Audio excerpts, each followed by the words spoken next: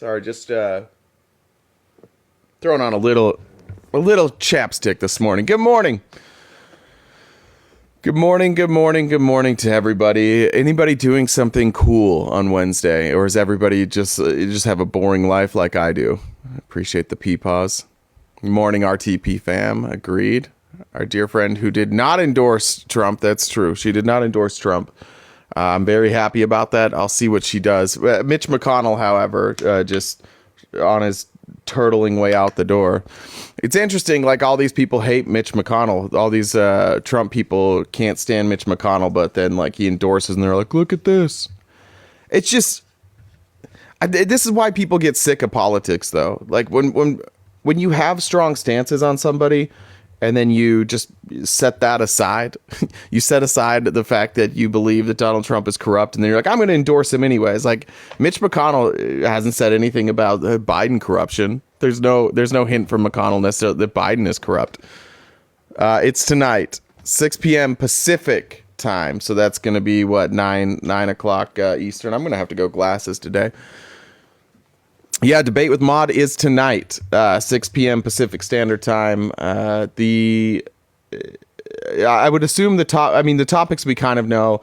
The topics are, let me pull this up and make sure I get exactly what the top, probably some universal health care. We're going to talk about, I assume, the Georgia RICO case. We're going to talk about fascism, and we're going to talk about Russian disinformation. We're going to talk about Crossfire Hurricane. We're going to talk about the border. Do you know about the deferred departure program Trump signed? I'm not up to date on it. Somebody else brought that up, and we looked at it on this live. I'm trying to remember. Where was the one when Trump signed? I mean, we've had deferred departure signed. Biden? Yeah, shoot me the link if you want it. I'm not 100% sure exactly what you're talking about. I know Biden signed one.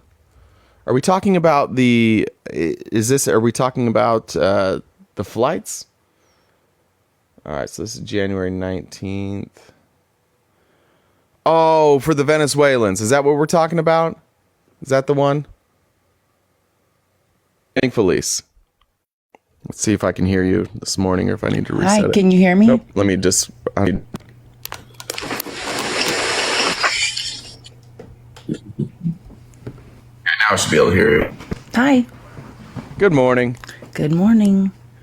Do you know about... Somebody asked about the deferred departure that Trump signed. I think they were talking about the Venezuela. I didn't hear... thing, I have right? no... I didn't hear anything going on right now. I'm not sure what was So said. here's... Yeah, so here's what he said. I don't know what the words deferred, like, did you say deferred what? Departure. Here's what it says. The autocratic, this is something Trump signed. The autocratic government of Nicolas Maduro has consistently violated the sovereign freedoms possessed by the Venezuelan people. Through force and fraud, the Maduro regime is responsible for the worst humanitarian crisis in the Western Hemisphere in recent memory. That's silly. Chicken or the egg. Just like washing your hands of it as you're on your way out by Trump. Yeah, that's what this is. It's like, I have nothing to see here. I didn't do anything. So he goes through, after he shits on Maduro, he says, pursuant to my constitutional authority to conduct the foreign relations of the United States, I've determined that it is in the foreign policy interest of the United States to defer the removal of any national of Venezuela or alien without nationality who last habitually resided in Venezuela, subject to the conditions and exceptions below. Yeah, so that is what we were talking about. Which is sort of fair. We heard about that. Meaning like that they don't have to, like they're not going to be deported because of what's happened in Venezuela. Which, in a way, that's probably nice of him since, he may or may not have some responsibility. And he did it on the 19th of January on his way out. None of these words are words that might be the closest he's ever come to taking some responsibility for what happened in Venezuela. He didn't write this shit. He didn't write any of this. They're just like, sign this. He's like, okay, got it. Yeah. Exactly. Like, he probably didn't even know he did it. Like, he probably would be pissed. Jen asked, no. Does it look weird? Huh. Jen says I have a filter on. I don't know. She doesn't like how it looks.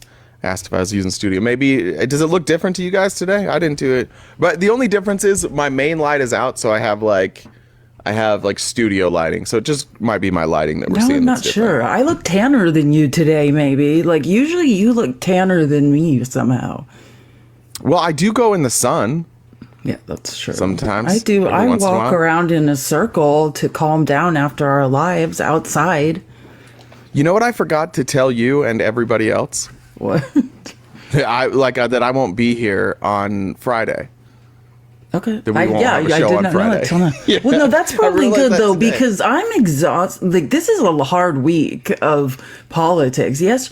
Yesterday was. I've never taken in so much information in my brain feels like mush. I told you I'm officially like a 65-year-old man. I don't think I knew what heartburn was until I feel like I have it now. Yeah. Police text us this morning. It was like, holy shit, I have heartburn. I don't know what to do. So laying down wasn't working. You can't lay down with heartburn. I never knew that. That's the rumor. That is the rumor. It gets worse for sure. It like bubbles up like your throat. I've never had it like bad. I've had it where it just hurts a little bit, but I've never had anything that a little bit of Tums didn't almost immediately fix. Yeah. Jen said she almost died or something. I can't remember what Jen said. I think it depends on your stomach lining. Like, I had an ulcer in college, so they did tell me like later in life as a result of my stomach lining stuff, like this could happen. So it's probably like happening now. But I'm just gonna I'm blaming Trump. Jen said she feels like she needs sunglasses to look at me. I'm that bright. Maybe. Why are we ruling out that I'm? It's not hard for me to look at you, but you do usually look tanner. I will say that. Why are we ruling out the idea that I might just be angelic? Why are we ruling that out? What if this is just my aura? That's true. It could be like a halo or sort of a light shining upon you. I did stay up late on accident. I was just scrolling through TikTok, and I came across, I don't remember the full, like SK Double, whoever, we talked to her that one day. It was like her first debate, and her husband was there for like a little bit. Oh, yeah. Okay. Yeah. So she went live for the first time last night, and I was just scrolling like I always do. And she's like, "It's my first one. Come on up." And then I had a good time. It didn't last long. Her live did get taken down. I don't know if it was my fault or not. Are lives getting taken down like more often now? I've never seen so many lives. I feel like when I'm be taken down lately, just randomly and like I feel like you swear all the time on our lives. I was watching a live where like I think it was Saturday or something. People maybe said nothing compared to you yelling the F word, but nothing. Other than that, it didn't seem like anything inappropriate was being said, anything, and it got taken down. Yeah, I think you get. So when I first started, I would get my live taken down like every day, which makes sense, right? Given the way that I speak, and my mods were like, "Don't say that," and I was like, "Okay, I won't," but then I would just say it again. But I think like after a while, you get TikTok knows who you are. Like I think I'm just protected. I agree with that statement. I've won every appeal. I've never gotten in real trouble. There was the one time I was banned for like a month, and then finally somebody reviewed it, and they were like, "Oh, sorry," and just restored it. So you definitely get the benefit of a doubt, like as someone that worked at a social media company, like the notes in the back end of all of our accounts. Like if you're a troublemaker, if you're someone who has repeated violations, like it's very clear. Yeah. Yeah, I don't know. Anyways, she messaged me and said her appeal was restored. When I first started, it was literally every time. And then the other thing that happens is if you start a live, and this makes it tricky too, like if somebody comes into your live that has a decent following and you normally have like 20 to 30 viewers or whatever, and it jumps up to like 70 or 80, TikTok flags it. They're like, "Wait a minute. Why does this person have so much more in the audience?" And then it starts listening for keywords, and it'll bump you. They're trying to avoid people getting like buying traffic, and so just when you first start, it's kind of shitty for those people. But. How do you? I'm sorry, I shouldn't even ask this. I really don't know anything about lives. You know what I mean? Like I've never hosted my own live. How do you buy traffic? Like when you say buying traffic, what does that process look like?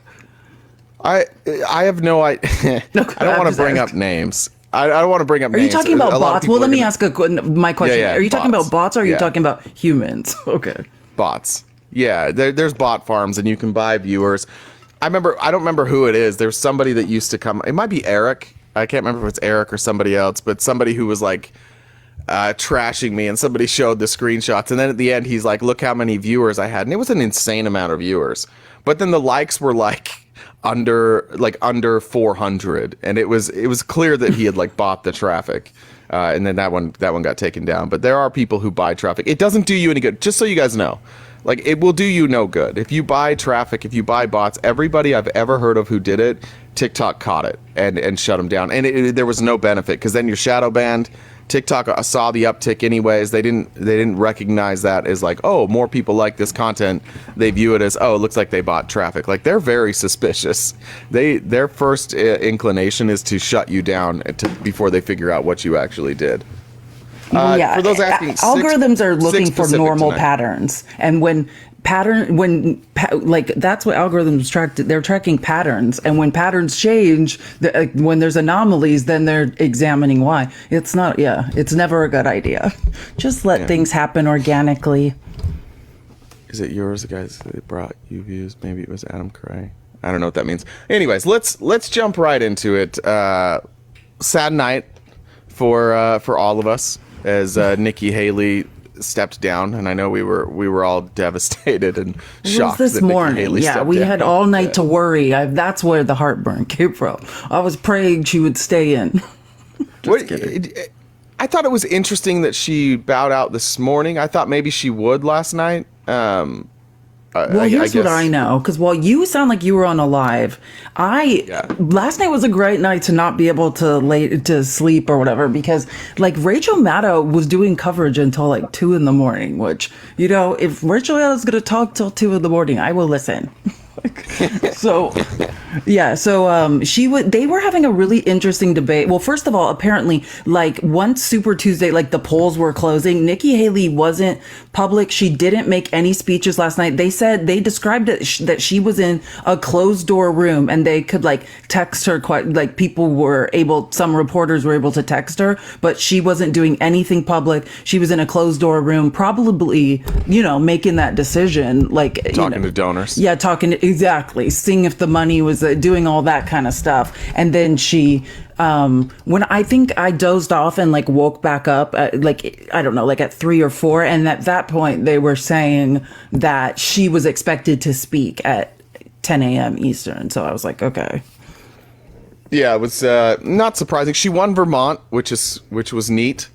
It is really neat, actually. I mean, I think it's neat. Like, the great state of Vermont. They're free thinkers. Have you ever been to Vermont? I've been skiing there. They got Bernie Sanders. They kind of have, Bernie, feel the burn. Like, I like that Vermont does whatever they feel like doing. You know what I mean? True, yeah. It's also, I still don't believe that Vermont exists, despite them getting, I forgot they about have this. 2 senators. That's your conspiracy theory, that votes. Vermont's not a place. Yeah. I'm still not sure that it's there. Just being petty, I'd like to point out that Biden has won every state and district, and meaning District of Columbia, and province, and Donald Trump has lost 2. So I just want to point that out. Oh wait, I have something to say. That's an interesting thing. I am going to tell you something you might not know. Did you know that, like, so they called American Samoa, it's this whole thing, American Samoa in the Pacific Ocean, was called, like, that Biden lost it. And then this is another like 3 a.m. story, which it's whatever. It's like there's like basically it's like 50 votes or something. I can't remember. Like there's nobody there. It's like military. But they called that he lost it. And then I don't know if this has been corrected. When I looked this morning, because again, when I woke up, I said it like 3, 4 in the morning. New York Times, because it's always the New York Times because they have the best fact checkers, is clarifying that Biden didn't lose it, that it's a tie, and that they're splitting the delegates. Here, I think I put it in the outline. Jason Palmer? Yes, Jason Palmer. Who the shit is Jason Palmer? Oh, so I put it in the outline as number, yeah, exactly. Number 18, the New York Times article. The Super Tuesday shocker that wasn't. Biden pulls out a tie in American Samoa. Jason Palmer, he's an entrepreneur, a random white male from Maryland who is just trying to like run in Democratic primaries. But listen, Dean Phillips didn't make it. This random man from Maryland. It's hilarious. Like Dean Phillips, nowhere to be found. Marianne Williamson is doing better than Dean Phillips. Like in the South, Dean Phillips. Like the people have spoken. Dean, I'm sorry. Yeah, the people have spoken. Dean. Some guy named Jason Palmer is being voted for somewhere in the Pacific Ocean. Okay, so you had an incorrect rounding error. Yeah. That's the best part. It's not a mistake. It's that someone doesn't know if it's 0.4, you round down. And they just literally don't know how to round numbers, whoever called it, which is kind of embarrassing. Yeah, I didn't even know about Mr. American Palmer, Samoa. Yeah, it's like there was no issue with the ballot counting. Jason Palmer, our largely unknown entrepreneur from Maryland, who had campaigned on a promise to improve the Samoan education system. He's like some man from down Maryland. There? He's visiting I don't American know. Samoa? We don't know. This remains unclear. No one is sure what's going on. But he received 51 votes to Mr. Biden's 40. So the problem was a rounding error. So Mr. Palmer's 56% share amounted to 3.4 delegates, but was incorrectly rounded up to 4. And Mr. Biden's 44% amounted to 2.6 delegates, which was incorrectly rounded down to 2. So that's the whole story. But this is the best part. Like, you would hear Biden on Fox News, though. He lost, but it's a tie. Like, he did get less votes, but because of rounding, it's going to be a tie. Well, it's a tie for delegates, yeah. Okay. All right, well, congratulations to Jason Palmer. Big win. I feel like that's something somebody we could get as a guest. Let's talk to Jason Palmer. He called for a ceasefire in Gaza. I like that. His hair is... He looks like Massachusetts. And Dean Phillips, like I think at 3 a.m, Dean Phillips was like, "Oh, congratulations to Jason Palmer." It's like, Dean Phillips, just stop. Like, please do. You just need to fade away now. It's time. Jason Palmer looks like the kind of guy who has taken a few punches just for fun. Like his friends, maybe they punched each other in the face. He has a strong looking face. Like, it's just solid. I think if you hit Jason in the face, that would really hurt your hand. But congratulations. Is Fax from Vermont? Are you from Vermont, Fax? He's lying. I don't believe him. First of all, if Vermont exists, there is no chance they have TikTok or the internet. Well, should we ask Fax what he thinks about? I want to know if there was like a movement to vote for Nikki Haley. Like, was there word of this, or did it just happen? Fax, if you know in your made up state, in your little fantasy world, how you guys got Nikki Haley, feel free to come tell us how that happened. Guys, tap the screen. Let's get to 30K. Jeez, all these people. All right. Also, again, you guys, if you want to donate to us through Cash App or Venmo, 100% of this goes to us. We do also have gifts on as well, and we'll be keeping them on. And let's tap the screen. And Republicans, if you would like to come up and talk to us about Super Tuesday, convince us to vote for Trump or RFK, which where's Eric when you need him? Yeah, that's true. That's also, like a question for Eric. Today's also a good time if you want to say your last goodbyes to Maud. That would be would be a good time to do that. If you want to wish her well. I noticed over on their live this morning they're still worried about Fani Willis, so that's good. Did you see there's like that impeachment hearing in Georgia this morning?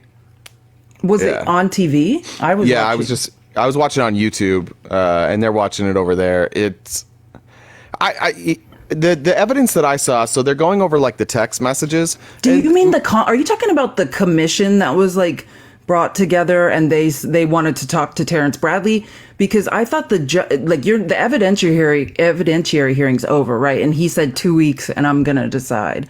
And then I know the Republicans created like a commission to investigate Fani Willis, and they subpoenaed like Terrence Bradley. Is that what you mean? Did I say impeachment? It's a Senate. It's a Senate commission or whatever. Yeah, committee. Yeah.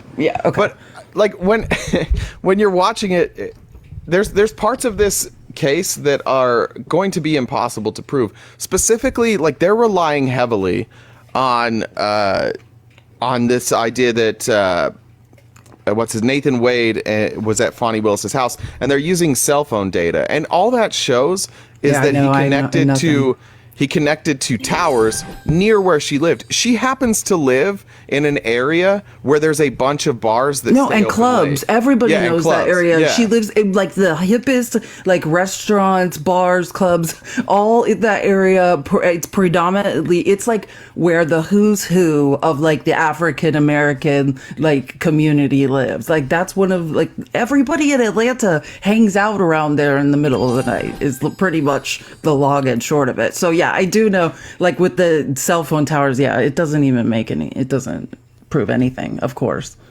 Yeah, I don't think that there's going to be anything done here. It's Republican. I think Republicans, and fairly, like they're just happy to see it's not like their person that is in trouble right now. You know, like it's got to be nice for Republicans to feel like finally somebody else is getting pressure. That's why they're all in on this Biden crime family. They're desperate for some corruption to not be like pointed at them. And that's, I think they're doing what they're supposed to be doing, right? Like, wouldn't you say, like the same way, like the House GOP kind of sets the example of how to run these committees, these hearings, which is just cast out, like flood the airways with shit, like make somebody who's not guilty of anything look as guilty as possible for as long as possible. Like it's all about delay and distract. And that's, so like the fact that they're focusing on that too, like that would be what Trump wants, like for them to be doing today, I would say. Like they're doing what they're supposed to be doing. He's loving this. He'll be, after he got done rage tweeting at Nikki this morning, which by the way, like, while she's conceding, and that's why, like, that's the thing about, we should talk about Nikki's concession. I got us 2 clips, because actually the best thing about Nikki's concession was that it was short and sweet. I was like, is she gonna go up here and do some, I was like sick to my stomach wondering what she was gonna say. But I think what's important is what she did not say, which was she did not endorse Trump, and she basically kept it short and sweet. And she said, you need to earn, like, her voters, which we'll talk about the exit polls, and like what her voters are saying is they don't want to vote for Trump. And she basically is saying, like, you got to earn my voters' votes, like. And he really, truly does. Like, I mean, that's the story of the exit polls is Trump is in trouble. Like, there's 30, like from 30 to 40%, somewhere around there in all these states that are saying, I'm not voting for that guy.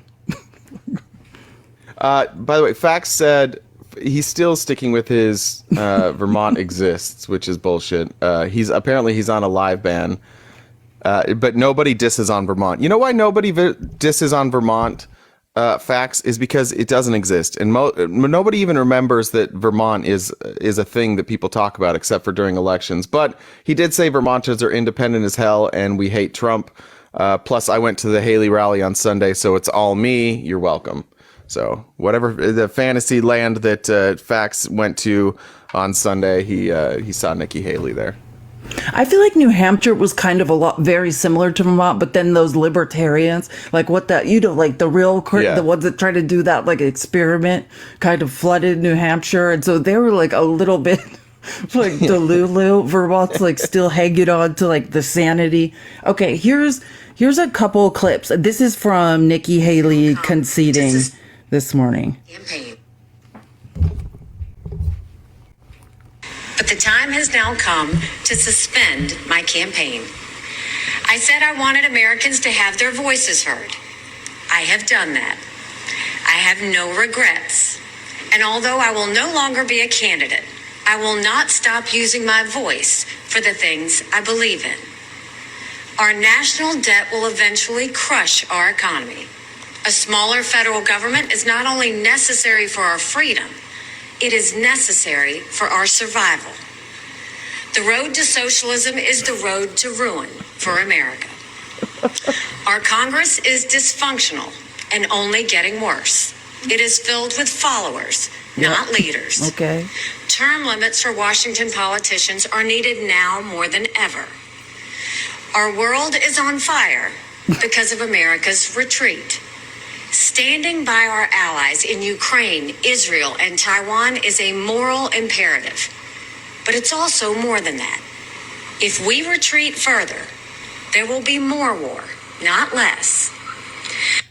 Okay, so that's the first clip. So, I mean, yeah, I know. Why?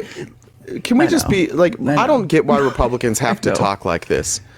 When she says like we have a debt problem, they act like the only solution possible is to cut spending. They're like there's no other fucking solution. You can't tax rich people more money. Like, why do they always pretend And look that what that's the Biden's only doing. solution? And we all know they're not going to do a goddamn thing about it. Well, just with negotiating with pharmaceutical companies, look at what Biden's done. Yeah, of course, there's many options other than taking Medicare. The overwhelming majority of Americans want the rich to pay more in taxes, to pay their fair share. Right? It's a majority of Americans who believe rich people don't pay enough in taxes. And yet they still stand there every time. Be like, you know what we need to do? We need to cut entitlement programs for poor communities. We need to make sure that like school lunch isn't free. Do schools need air conditioning? No, these kids are resilient. We have don't to even cut, need books. cut. Turns out, Yeah. Jay. Right. Is Yeah, what just we've burn the recently book. found out. These kids Burn the don't books. even That'll need keep books. it warm in the winter. Yeah, it gets old, and I gotta say, for Republicans, does it get old being pandered to? Does it get old when your politicians all stand there and just fucking lie? Or they just like pretend that there's not another reality, or that there's not another way? The road to socialism is the road to disaster. Shut the fuck up. Like, it works everywhere.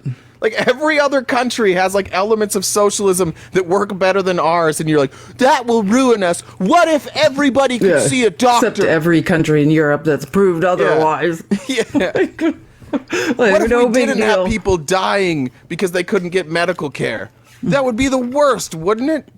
Yeah, like. Well, it's so this is my thing. stupid, guys. Republicans, just be smarter. Stop. This same rhetoric has been going on for 30 years, Just yell that 40 up. years. And every fucking time a Republican gets in office, we spend more, we grow the government more, and we cut taxes, and we exacerbate the problem. How many more times do you have to see this shit not work before you realize this shit doesn't work? Yeah, well, this is okay. So this was the interesting debate that was going on at like 1, 2 in the morning. It was like Alex Wagner, who I love, was going hard, like saying that Nikki Haley should get out of the race. And then Joy Reid and like Matta were like debating the opposite side. But like, and Reid was making the case, which I've always made the case, like all of this crap of like, what Nikki Haley's doing is it's almost the price for admission, right? Because her campaign is being funded by the establishment. I mean, by billionaires, essentially, right? By the Koch brothers. That's who funded this campaign. So her doing this whole socialism is a sleigh ride into like ruin, and that is the price of admission to even have the microphone and run a campaign. Because she's got like, and I kind of agreed with Joy Reid on that point of like, of course she's got to trash Biden. Of course she's got to do the like, here comes socialism and we've got to cut Medicare, because she's carrying the water essentially for the billionaires. So like, but on the same point, like Alex Wagner's like, it's not helping her. She's not going, like the Republican Party has left her behind. Like she personally is not getting out of this. She's not hurting Trump.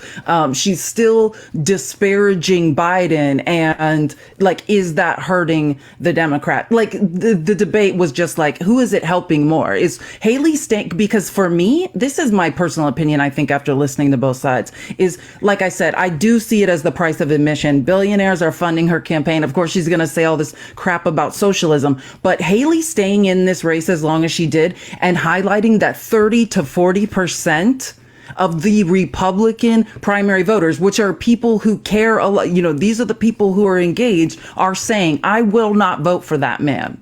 It was a great case to make. We're in March of an election year, And this was from January, so I know that the number is way up. Like, I can't find an updated number, but as of... Actually, there we go. Let's just look at 2016. You're telling us that we need to cut the size of government. You're telling us that, like, we need to cut entitlement programs, that we need to cut taxes. In 2016, outside money, meaning like money not coming from the parties, was $1.6 billion that they spent on the election. If these people have $1.6 billion to put into an election to make sure that their taxes aren't cut, don't you think maybe we could tax them? That's such a good point. Like, what, as Americans, for a throwaway candidate, you know? Yeah, what I mean? Is this what we need? We need $1.6 billion put into advertising, and where's that money going? To the people who run the networks, right? Like, yeah. Where's that money going? Back into other rich people's pockets? This is just like rich people giving each other money, and we're like, we can't tax them more. How about we take money out of politics? There's $1.6 billion freed up. We can't fix the unhoused problem with $1.6 billion. Put a dent in it. Can't do that. We couldn't fix every fucking school in our country and make every school in our country better for $1.6 billion. Like, I recognize that when we have 30 trillion in debt, $1.6 billion doesn't seem like that much. But when you actually apply it to the people who need it the most, $1.6 billion could raise millions of people out of poverty. Millions. And these people, they just have this to throw around. There's no ROI. It's in their couch. Like, you know what I mean? Like, They found it in their couch and gave it to Nikki.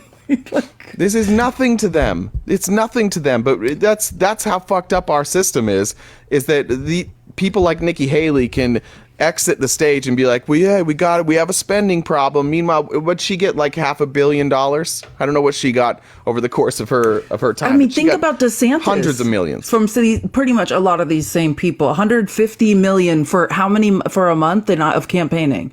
This man blew through $150 million in Iowa. Like, that's mind-boggling. Just to, like, what? Just to keep us down instead of just taking that money and fixing some problems. You're absolutely right. It's sad. Here's the second part of Nikki Haley's concession speech. In all likelihood, Donald Trump will be the Republican nominee when our party convention meets in July. I congratulate him and wish him well. I wish anyone well who would be America's president. Our country is too precious to let our differences divide us. I have always been a conservative Republican and always supported the Republican nominee. But on this question, as she did on so many others, Margaret Thatcher provided some good advice when she said, quote, "Never just follow the crowd. Always make up your own mind." It is now up to Donald Trump to earn the votes of those in our party and beyond it who did not support him. And I hope he does that. At its best, politics is about bringing people into your cause, not turning them away. And our conservative cause badly needs more people. This is now his time for choosing. I end my campaign with the same words I began it, from the book of Joshua. I direct them to all Americans, but especially to so many of the women and girls out there who put their faith in our campaign. Yeah, tell us about the women. Be strong and courageous. Do not be afraid. Do not be discouraged, for God will be with you wherever you go. In this campaign, I have seen our country's greatness. I think God no-showed in Alabama. Of my heart. Thank you, America. God bless you. Please don't quote the Bible to women and girls who you're putting in danger. Like, I can't, you know what I mean? Like, I cannot. The irony of recognizing that specifically women are under attack and then comforting them by saying, don't worry, God's got this. Like, what? And the argument is that God is against abortion. You know what I mean? Like, it's just like, don't insult us. Like, we're literally fighting for our lives here. And she's like, don't worry, guys. God's got it. God is also the reason you're in this mess. But also, God's got this. Like if you're somebody who believes in the Bible, you're a Christian, whatever, like it gives you solace. It makes you feel better. It's what you believe. It's what you're like. I don't care. That's fantastic. That's wonderful for you. And I hope it goes really well for all of you. And I hope you're right and God exists. But stop leaning on God, Republicans, when like all the bad shit happens. And you're like, don't worry, God has a plan. You're like, this plan sucks. This plan fucking sucks. Like, this plan is to torture me. That's a bad plan. That's not good. Stop. If you want to put God in a good light and you want other people to come and join your religion or join in your faith, maybe every time a tragedy happens, don't try and console people by saying God has a plan. Like, that's not consoling at all. Yeah, well, and I think this is the perfect time. Like, we can go into some clips and listen to some voters, but I just need to play this clip of this voter. Like, and it's like the last TikTok I just made, the one I was like, I need to post something really quick. Because I think that we should send this clip to every single woman we know in our lives who's going to vote for Republican, because we at some point we really need to acknowledge like who is in the Republican Party and how they feel about women. This is a NBC correspondent like interviewing somebody about, you know, he just has some things to say about women after he voted. Send this to all. We need to send this to every Republican woman who's going to vote. What do you think of Nikki Haley? Did you ever consider her? You know, what I got to say, you don't really want to put it on. Let me hear it. Well, a woman's not going to be a good president. He said, what I got to say, you don't really want me to put it on. He said, a woman's not going to be a good president. And it's about to get way worse. What I got to say, you don't really want to put it on. Let me hear it. Well, a woman's not going to be a good president. She don't have no balls to scratch. She's just going to scratch her head. All a woman's good for him. He said, a woman's not going to be a good president. She ain't got no balls to scratch. All she's going to do is scratch her head. Yes, and that's not the worst. It's going to get worse. Just stay with me. Balls to scratch. She's just going to scratch her head. All a woman's good for in my book is having babies and taking care of the house and that's the old thing, you know. But all women are good for is having babies and taking care of the house. But that's the old thing, you know. But that's the old thing, you know. But I'm old school. So you never even considered her? No. Mainly because she's a woman. Because she's female. So I mean, females, don't take me wrong. Females know what they're doing, but they still got to have a little bit of guidance. Trump would be the one to guide her through the What do you think of Nikki Haley? Females know what they're doing, but they still need some guidance. Trump would be the one to guide her. Please find every woman you know that's voting Republican and send them that.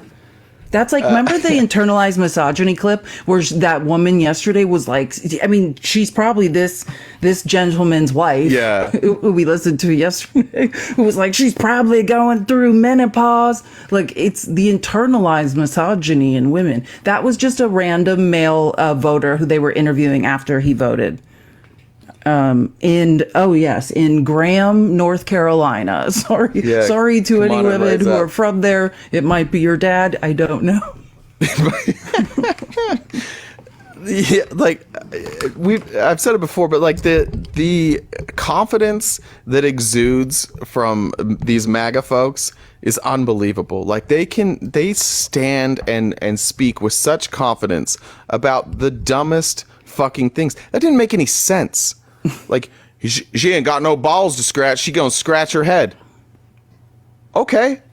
Why does it matter what you're scratching? That's my question. That doesn't even make any sense. Well, don't ask him to make sense. Yeah. He believes that because he was just born a male, like is what we learned with male genitalia, that makes, I don't know what his brain. Moisturize your balls too. And moisturize your head. If your balls in your head are causing you this many scratching issues, moisturize. That's another important thing to remember. Greg, or whoever that guy's name was. Sorry, Greg. Anybody in here that's named Greg, I apologize, but I call that guy Greg. Yeah, so again, that is the latest TikTok in my profile. If you would have said that to any people, said that to all the women we know. I said that to like 100 people this morning. I'm like, "This you? This is you? This is your party? Is this what we're doing now?" It make sense.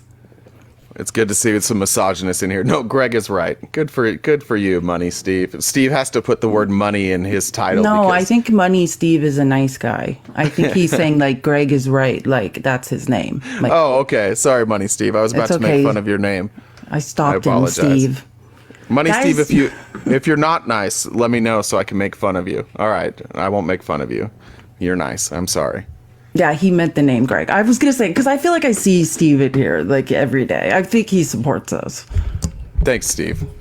No problem. Crisis averted. Guys, tap the screen. Let's get to 60K. Let's invite Republicans. I'm going to invite Eric. Good. That's what we need. We need Eric. Eric will come in. What do you think He's going to explain to us. He's going to convince us to vote for RFK. Yeah, so last night when I was in that live, one of the conversation that came up, obviously, like, I just said, like, what sucks about being a Trump supporter is that when you're a Trump supporter, you are forced to defend awful behavior because you're not allowed to ever admit that Donald Trump did anything wrong. And so we were talking about the Access Hollywood tape. And to the men that were there that I was speaking to, they were like, it's just locker room talk. I'm like, all right, I've been in a locker room, lots of locker rooms. I've never once heard any of my friends bragging about their ability to go up and sexually assault women. Never, not once. That's never happened. And I asked them, like, have any of you said that? Have any of your friends said that? Do you know anybody who has ever said that? And I think that's what, like, there's going to be MAGA folks that hear this guy's clip and they're going to try and be like, well, what he really meant is when you're MAGA, you have to defend the worst positions possible. And I do feel a little bit bad for you. I feel bad that you've been put in a position where you constantly have to defend the worst possible things you would have to defend. Well, I will just say, like, as somebody, like, I went from all private school my whole life, Christian, religious, evangelical Christian school to then like 6,000 kids at a public school, with like metal detectors type situation. And I will say, like, that culture shock, that's when I realized what like grape culture was, and that like the patriarchy definitely did like sort of in front of me. Like I heard many things like that, like the talk of casually essaying women and it sort of being like, if the woman didn't want it, it was her fault. I remember when I was 14, like being like, oh, this is the difference between public and private school. So you might, like, you grew up very religious too. You might not have heard it like as aggressively as I. Like, maybe not. When I played, I played in college. I was the only Mormon on my team. I was the only, I think, even religious person on my team. It didn't get talked about like that. Amber sent a donation and said, please put time and place of debate on background. I don't know how to fix that at this point because the background is already up. However, Jen smartly asked me to make an event. So if you go to my profile and you check the events, you can confirm that you're going to the event. It's on this TikTok. It'll be right here. So if you follow me, if your alerts are on, if you go and you join that event, you will be made aware of the debate tonight at 6 p.m. Pacific Standard Time. But it's here. You don't have to go find it. I'll be here. And if you're following me, if you're here now, chances are you'll be able to find me. So there we go. I apologize for not being able to fix the background mid-live. I know it's possible, but it's also me, and there's a good chance I would just somehow bring down TikTok. So we're going to... Why don't... I know this is a stupid question. Well, two questions. So where is the event on your profile? I don't even... Is it in a TikTok? I don't know. I'm sorry. I don't know. Is it so we just go to your profile? Listen, Jen I'm there right now. I made it. Jen sent me screenshots of a step-by-step how to do it. Yeah, it's right on the profile, like right underneath like all the information. It says live event today, 7 p.m. Well, in our time zone, it's 7 p.m. Whatever time zone you're in, you'll see the time. And then you can just click on that and register. Boom. There we go. Look, guys, I did it. I mean, Jen did it, but I also did it. I registered myself for an event. That's the first time I've ever registered for a TikTok. That's sad, but that is pretty much the first time I've ever done that. What I was going to say something else, but I cannot remember what it is, so we can just move on. I feel like I needed to say something. Thank you, Anthony. Oh, well, we'll just move on. So, oh yeah, okay, I remember. Let's look at some clips. So yesterday, maybe we go in chronological order. They were interviewing voters, but if you guys remember, like yesterday morning, I was saying that Trump called into Brian Kilmeade, like Fox and Friends morning show, and was talking, and there was a clip that I played some of the clips, which weren't that incendiary, but I found another one that I want to play now.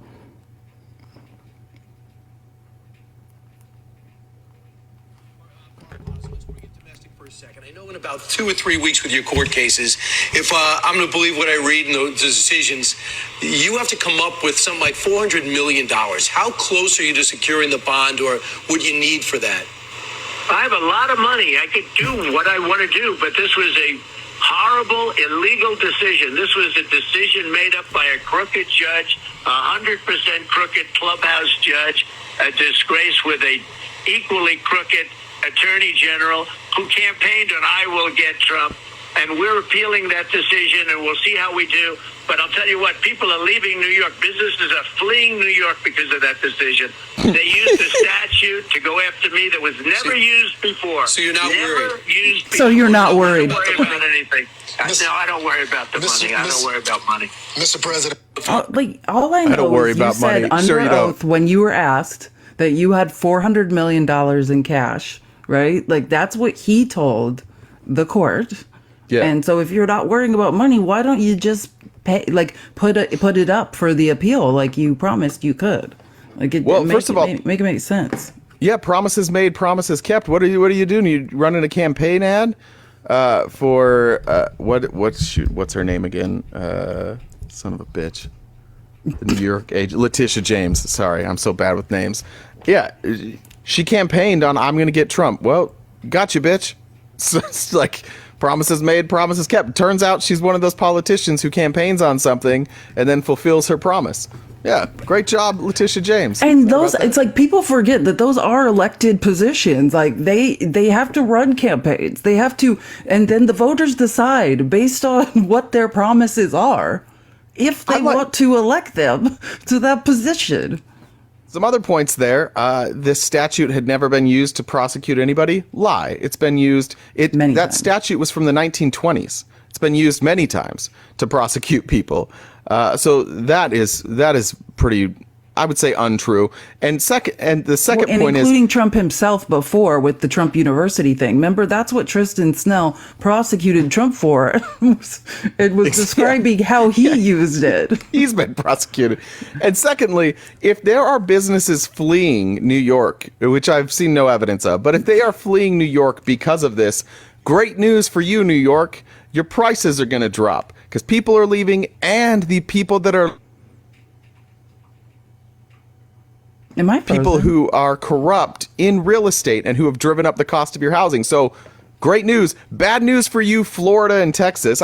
Florida and Texas don't know what the fuck they're doing. They do not understand that, like, them lowering their taxes and giving everybody basically like a gift package when they come into Texas and Florida by saying we're not going to tax you. They're going to realize that they're going to get more people, and those people, they have money, and they demand that the government provides services, that they provide parks, that they provide clean roads, that they provide protection, that they provide services because they're rich and they're used to everything around them being nice. Then they're going to realize, Texas and Florida, like, oh shit, we need to spend.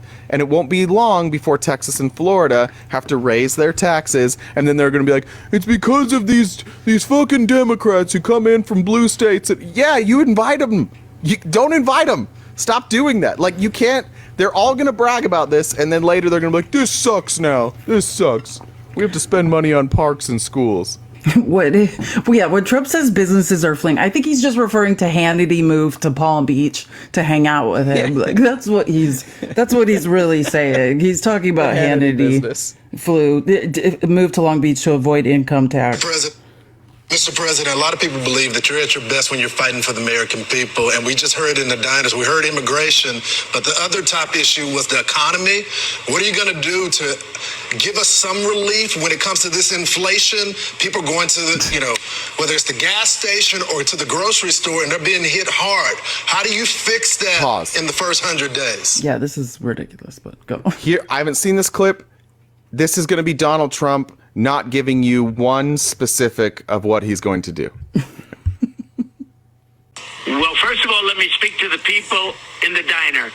I saw the vote, and it was 100% Trump, none for my opponent.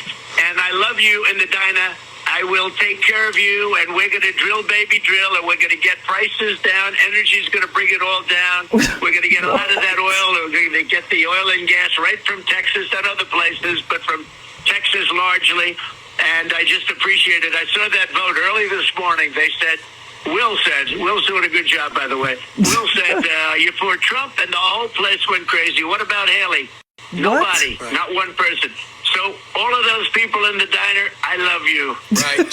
So speaking of Nikki Haley, she's coming up. Let's pause. They had voters in a diner who were like, you know what I mean, like on Fox News that they were like interviewing and stuff. People say you're best when you're fighting for America. What are you going to do to get more money in people's pockets? Well, I saw at the diner that a bunch of people like me. Hey, Will. Drill, baby, drill. Will, you're doing a great job. At the diner. We're going to get oil from Texas. And God damn it, I love the diner.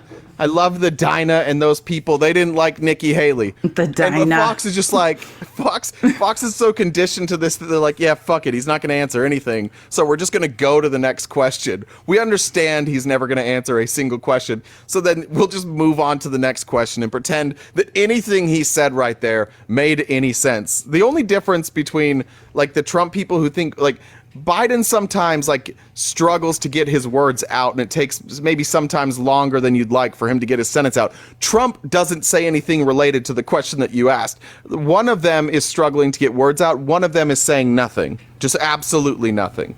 I'll take the guy who sometimes struggles to get his sentences out. I do that all the time. I forget words every single day. You guys are all here. You see how many times I forget words or misuse words. It happens. But at least I attempt to answer questions.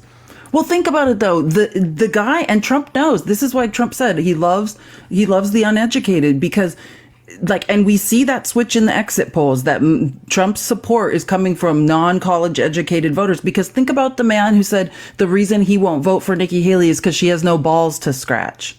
Like, that's Trump's voter. You know what I'm saying? Like, to that guy, Trump answered the question correctly. Well, I'd like to other people were like, wait, he didn't say anything. I'd like to point out to that guy that it's very difficult to scratch your balls through a diaper. I just want to point that out. I don't know if he's thought about that. That is a good question. Yeah. That's a great question that somebody should bring up to that man next time he's involved in a debate. Okay, let's go through here. I just made some clip. There were so many good clips of just them interviewing voters at poll stations yesterday. Nikki Haley.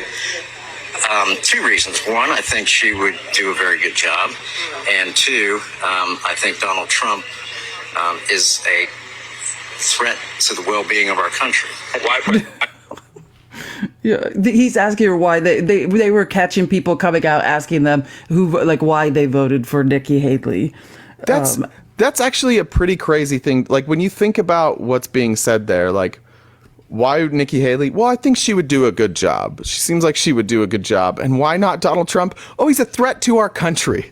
Like that's a Republican voter. That's somebody voting for Nikki Haley. That's quite a stark contrast. Well, I would like to vote for Donald Trump, but unfortunately, I'm worried about the safety of our country. So I can't vote for Donald Trump. I'm going to instead vote for Nikki Haley, who, by the way, has no balls to scratch. She has no balls to scratch. Yeah, exactly. I mean, and it's getting to the point, because that, in case anyone's wondering, that was a white male voter. And he was saying, like... Yeah, in case you didn't know.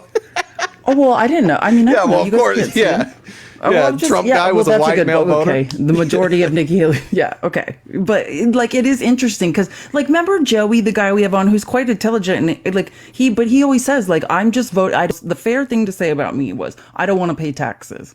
But like now we're seeing some of these voters like kind of realize, well, I don't want to pay taxes, but also like I can't vote for Trump even though he's promising me tax cuts, because I guess at some point I have to look at the imminent danger he's putting us all in. It kind of shows that at some point, like the selfishness will stop. Yeah, like it's hard going into a voting booth, like looking at Trump, you're like, all right, well, I could vote for him, but I just have to remember that this is a literal vote for concentration camps. I forgot, like, I do need to remember that should he win, he's advocating concentration camps.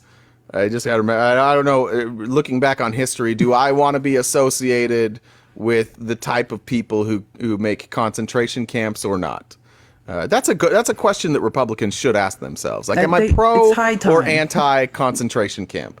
That's a great way to put it. And it like so finally it is starting to register for some of them that like it can't just be about me. Maybe I won't be in the concentration camp, but in general it's important to be anti concentration camp. Listen to, okay, here's some hypocrisy. So this is more on Fox and Friends yesterday morning. Listen to the hypocrisy of this statement. One of our competitors took 4 minutes, another took 10. That's what you're going to do. Take news out of your name. Yeah. Because we should all be listening to these ideas and thoughts. And if Biden... They're talking about like how many minutes of Trump's speech they will play before they'll cut in and like fact check. Okay. Or, you know what I'm saying? That's what they're talking about. Yeah. Because we should all be listening to these ideas and thoughts. And if Biden came out, we would take him and be fair to his message. Yeah, we do it all the time. We do it all the time, Faulkner says. Yeah, we're very fair to Joe Biden we have here. Some words on the screen because helicopters are too loud for him, or he's having a moment. We'll see what happens But today. we want to cut. The least fair person on Fox and Friends, Harrison Faulkner, is saying that she covers Joe Biden fairly. Like, I've never heard something more hilarious. Hold on. Also, as long as there's no helicopters, like Trump, like you don't broadcast Trump from Palm the Beach fucking airport. tarmac. Yeah. Yeah. He stands under planes while they're landing and screams at us. It's nice to be here at Mar-a-Lago. You'll notice a jet engine is directly behind me, blowing my hair, and you can't hear a word that I'm saying. That is a communist jet engine. And at Fox, like, we love this. We wish that all press conferences would be done directly underneath an airborne jet. And then they're like, well, sometimes there's helicopters. Like, yeah, because he has to the only time reporters in the press corps can catch Biden is when he's getting on his helicopter on the lawn. Like, he has no choice. Trump could just go inside. You know what I mean? Trump doesn't have to be standing outside while planes are landing screaming, but he chooses to be, is the main difference. Did you, by the way, see the unrelated Lara Trump, phenomenal woman, brilliant, financial genius. She'll be a great pick for the head of the Republican Party. She had like a charity, like pet adoption. Are you thing? talking about the stealing of the dogs? Or are you talking about Lara Trump? Yes, at Mar-a-Lago. Oh my God! Yes, Cruella we never talked about that yesterday. It was on yesterday's outline at the end of the article. Let's talk about it. Do you want to? Let me talk about the event that she held. You guys, I don't even know what to say about this. Like, it did look like there was a Cruella de Vil situation, and she had wherever these dogs came from. Like, they had. What is the story? Like, they had pretended to like name them, but like the names didn't like match. Let me pull it up. Well, the thing that I was laughing at it was like a puppy auction. I don't know what this was. Yeah, like Ron Filipkowski's like, I want to believe that they're not like grifting people and like making up fake stories about animals to like auction them off. And literally, you're not supposed to auction pets to the highest bidder because they might not take care of them. Like, you're supposed to interview like homes correctly. You don't rehome pets that way. It's very dangerous. Anyway, sorry. All right. So obviously, the ethics of auctioning puppies to the highest bidder, that's a problem. But this is the Big Dog Ranch Rescue, right? That sounds good. Big dogs. Oh, they're at a ranch and they're rescuing pets. I love it. They have spent over $2 million at Trump properties. $2 million. This pet rescue. I have two dogs. Rescue. I could tell you that like $2 million would go a long way to help these dogs.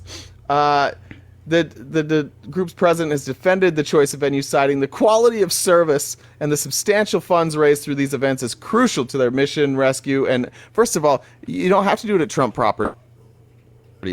What if Trump was such a good person, maybe Trump wouldn't charge them to use the property? Why is he charging this group $2 million? But what I really liked is that he made a surprise entrance right behind Lara Trump, and Donald Trump showed up in his golf attire, but he was still wearing his golf spikes. He still had a glove in his pocket. Donald Trump, and this was blasted all over right-wing social media, that they're out there doing their Cruella de Vil like.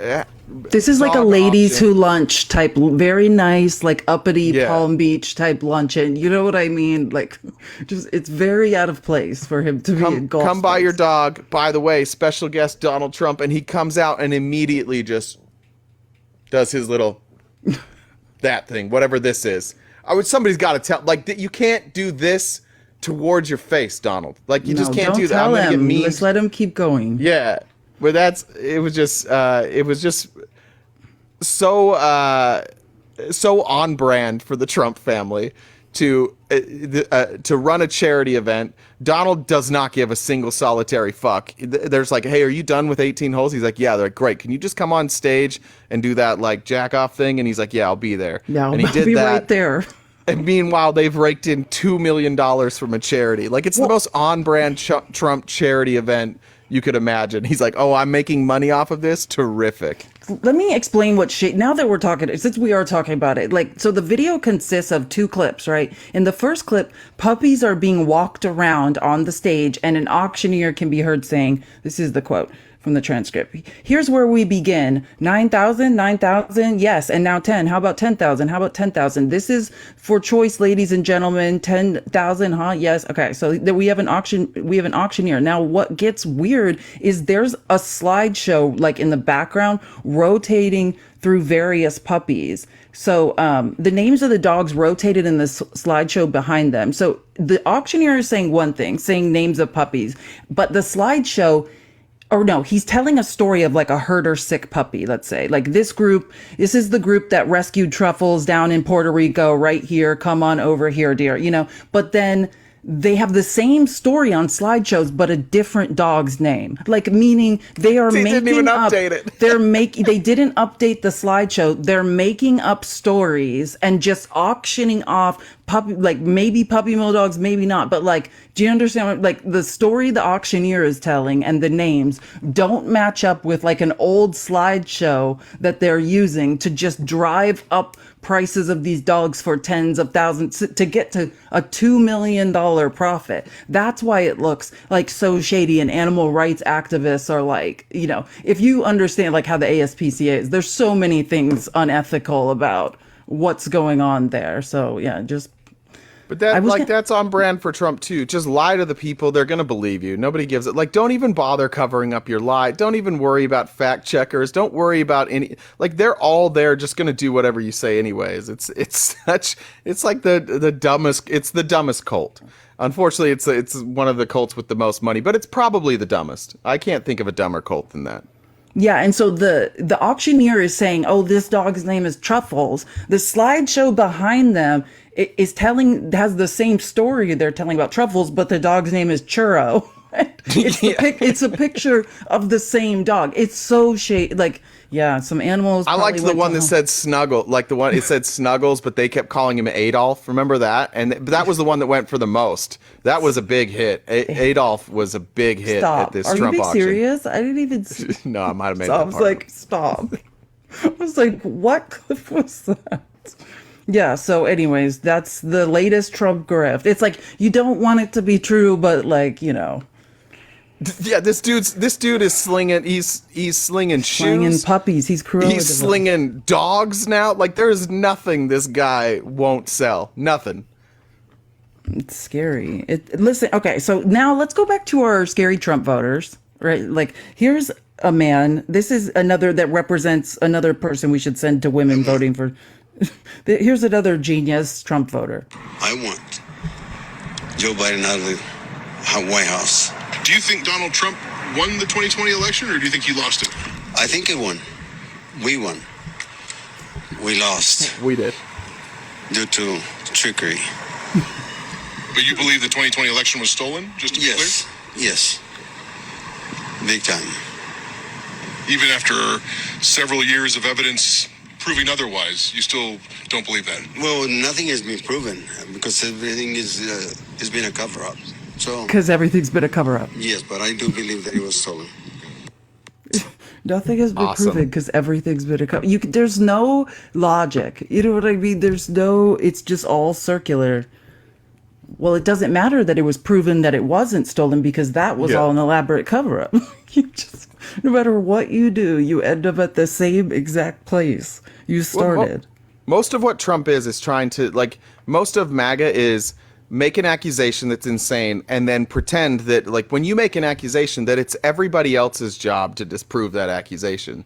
That's what, like, the stuff that sticks the longest is the stuff that is the hardest to, like, disprove, because there's no evidence of the election being stolen. So why would there be evidence of it not being stolen? Like, the lack of evidence is the evidence. And that's what Trump people don't understand. Like, if you accuse me of a crime and there's no evidence, I'm not going to jail. The judge isn't going to be like, hey, you know what? We noticed there's no evidence. So you covered it up so well that you're going to jail now. That's not how the world works. That's not how anything works. That's how I figured out the Mormon church wasn't true, is that the evidence that they claimed didn't exist. There wasn't any. All that evidence that they said that existed, it turned out it didn't exist.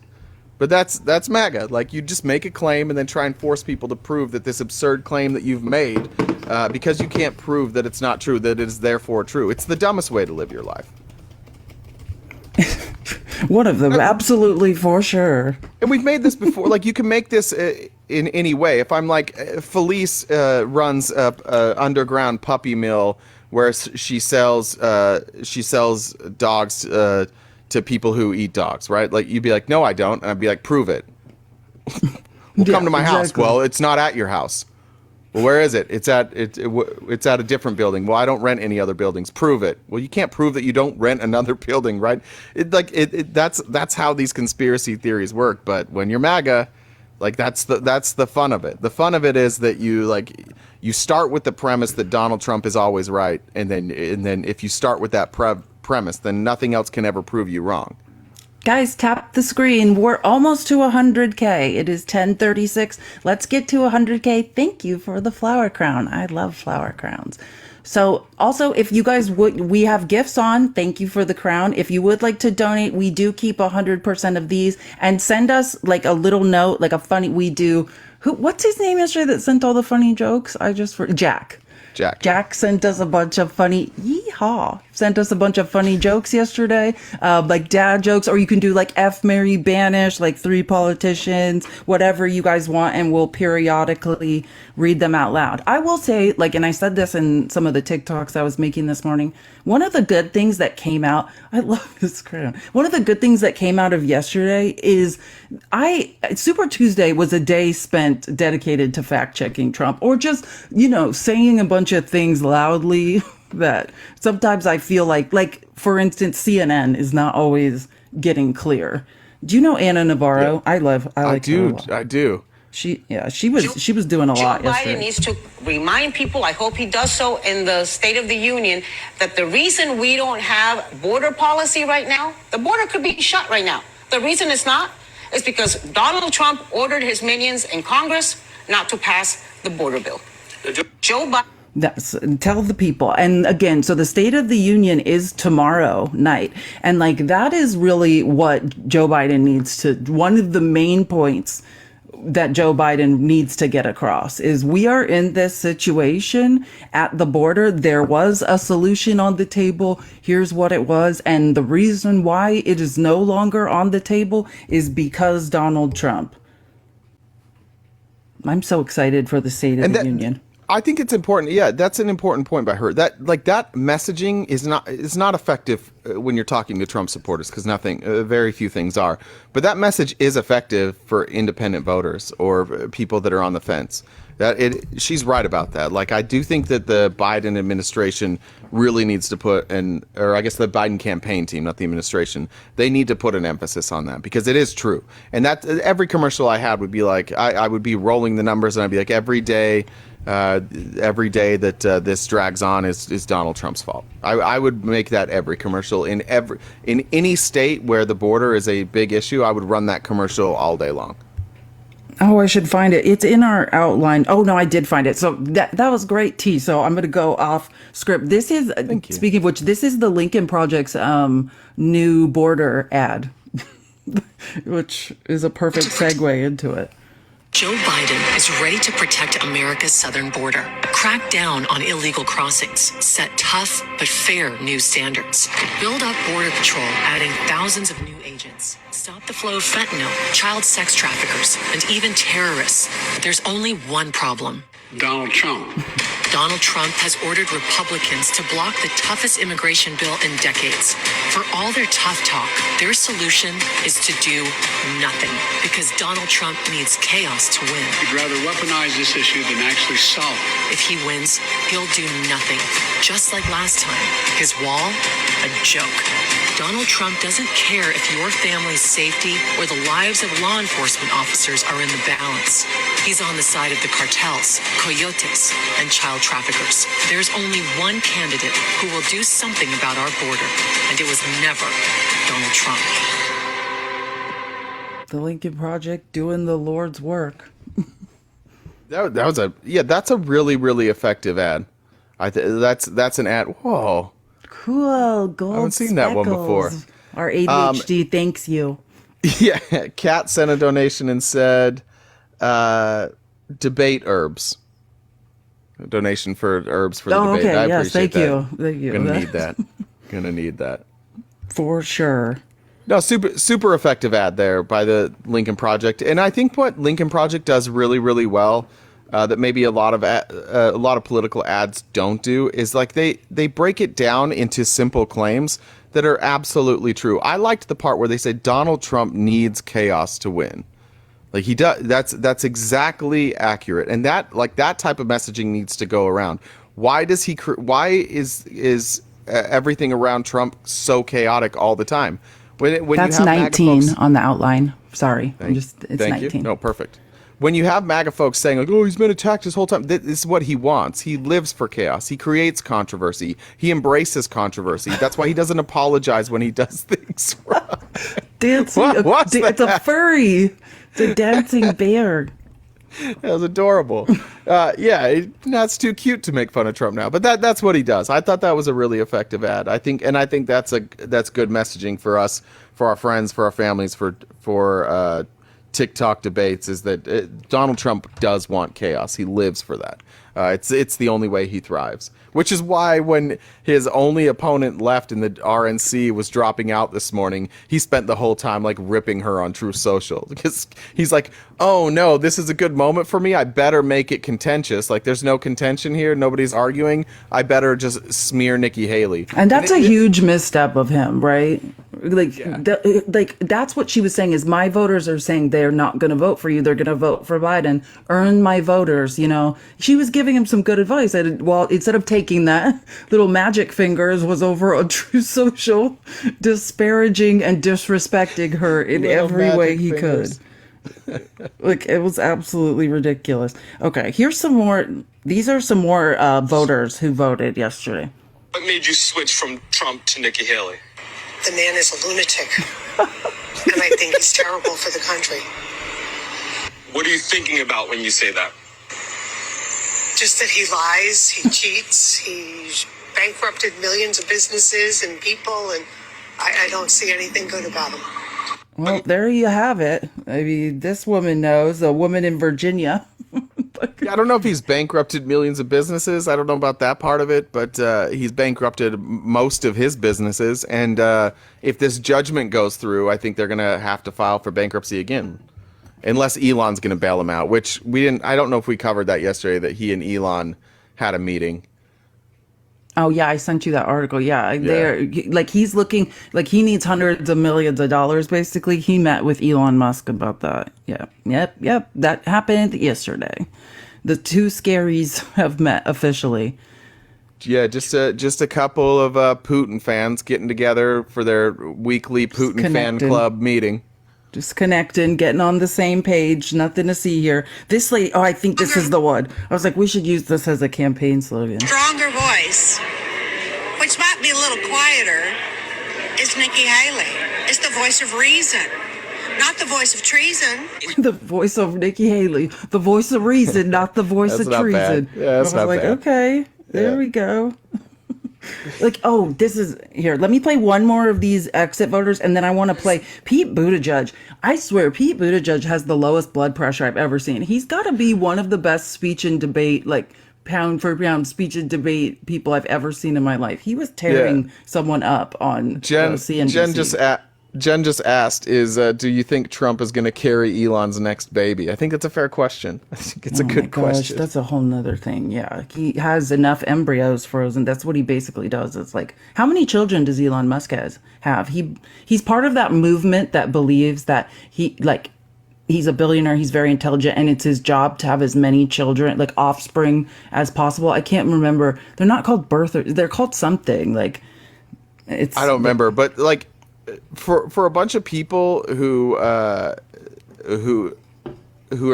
hate liberals like Elon does, you can thank liberals for being more inclusive and for trying to stop bullying, because if you gave your kids those names when you were growing up, Elon, that would have been a real problem. Their names are like if you were gonna write out like the noise a fart made, like those are the names of Elon's kids. No vowels. Hieroglyphics in some of them, and just totally consonants, just all consonants. Okay, so let's go to Pete Buttigieg. He was on, I think, CNBC yesterday, but basically talking to a host who is a complete, fan of Trump. And I just think the way Pete Buttigieg stayed so deadly calm and still gets in his shots every time. He's super impressive. I wonder where his next plan is after Biden's cabinet. Can I just tell you about Elon's first daughter's name? Exa Dark Sidareal. That's his first child? I thought his first daughter. Oh, okay, yeah. So not his first child, yeah. Because, yeah. Are you talking about the ones he has with Grimes? Is it one of the kids with Grimes? Yeah. I know about that. Technomechanicus. Yeah. That's actually I'm aware. I'm very aware. Yeah, I do know about the kids with Grimes have the craziest names. Let me finish first. But every time we hear those talking points that suddenly it was Republicans who ruined the border, that's why people get so frustrated. We know what President Biden said about inviting people in. We know that he got rid of all the things that were keeping the border closed that President Trump had put in. We know that he got rid of all those. So when you say it's not his fault, that's literally not true. Yeah, it's literally not true. Did you see 7.2 separation? Did you see 7.2 million people come in during the Trump administration? It was a trickle. He got rid of the policy to tear children out of the arms of their parents. That's true. But it is not true. Some of the other things that have been suggested. Let's be clear. Bipartisan part of the problem with why there's a disconnect. Taken place in 2015, 2006. I mean, literally since the Reagan administration, right? There have been bipartisan efforts to get something done here. But I really believe we've gotten to the point where many congressional Republicans find it so useful as a cudgel that they would rather keep the problem going for political uses than solve the problem and risk the chance that the president could share in the credit for that. In the same way that we see some of them, even though we had great bipartisan cooperation on the infrastructure bill that I work on, a lot of them who were against that, only to turn around and try to get credit for it when we actually have a ribbon cutting or a groundbreaking. I just So to go, like, I just want to talk about the skill of what you just saw him do. This host was enraged at Pete Buttigieg. He kept completely calm, like pressed forward, got this man to shut up, and then somehow was able to pivot while quieting this man and then points out that Republicans are showing up to ribbon cuttings, taking credit for infrastructure projects that they voted against. I mean, what you just saw there was a masterclass in speech and debate. Pete Buttigieg is, if you were going to like create a politician with all the best qualities, it's literally Pete. Yeah. He has all of the qualities that set party politics, that like set his policy prescriptions aside. Just like Pete Buttigieg, the person, how he handles things, like he is literally the ideal candidate. Great in a crisis. Like he's robotic except for warm. I don't know how to explain. Yeah, it. but I know exactly what you mean. It's warm. He can show emotion, but like he can still stay like in that same like level of window of tolerance. Calm. They call it in psychology. They call it what? They call it the window of tolerance, like the amount of space that you can remain in before you go into either fight or flight, or you shut down. You know, like fight or like yeah. It's called the window of tolerance. I would like to see Mayor Pete upset. I would like to see what octave his voice goes to when he's upset. I don't know if he goes deep. Do you think he goes deeper or higher? I've never seen Pete Buttigieg lose his cool, and like I've seen people hurl like anti-LGBT. Yeah, I've never seen like it just gets better. Listen to this guy go. He's a star. the reason that some of these numbers stay where they are is because it just seems like instead of actually owning some of the issues that we have, instead of acknowledging that the president maybe has lost a step, the administration keeps saying, "Don't believe your lying eyes," and that's why you're that's why you're at 18%. Respectfully, I think congressional Republicans are saying, "Don't believe your lying eyes," which is why they're polling at about 15% right now. I know that right Congress now, is never going to. Oh shit! Congress is. Did you see what he did there? He just threw out the 15% approval rating of Republicans in Congress. Like, this man is. Wait, but hold on. Right after the guy's like, that's why you're polling at 18%. He's like, all right, bitch. Well, you're 15. So what does that say about you? That's lower.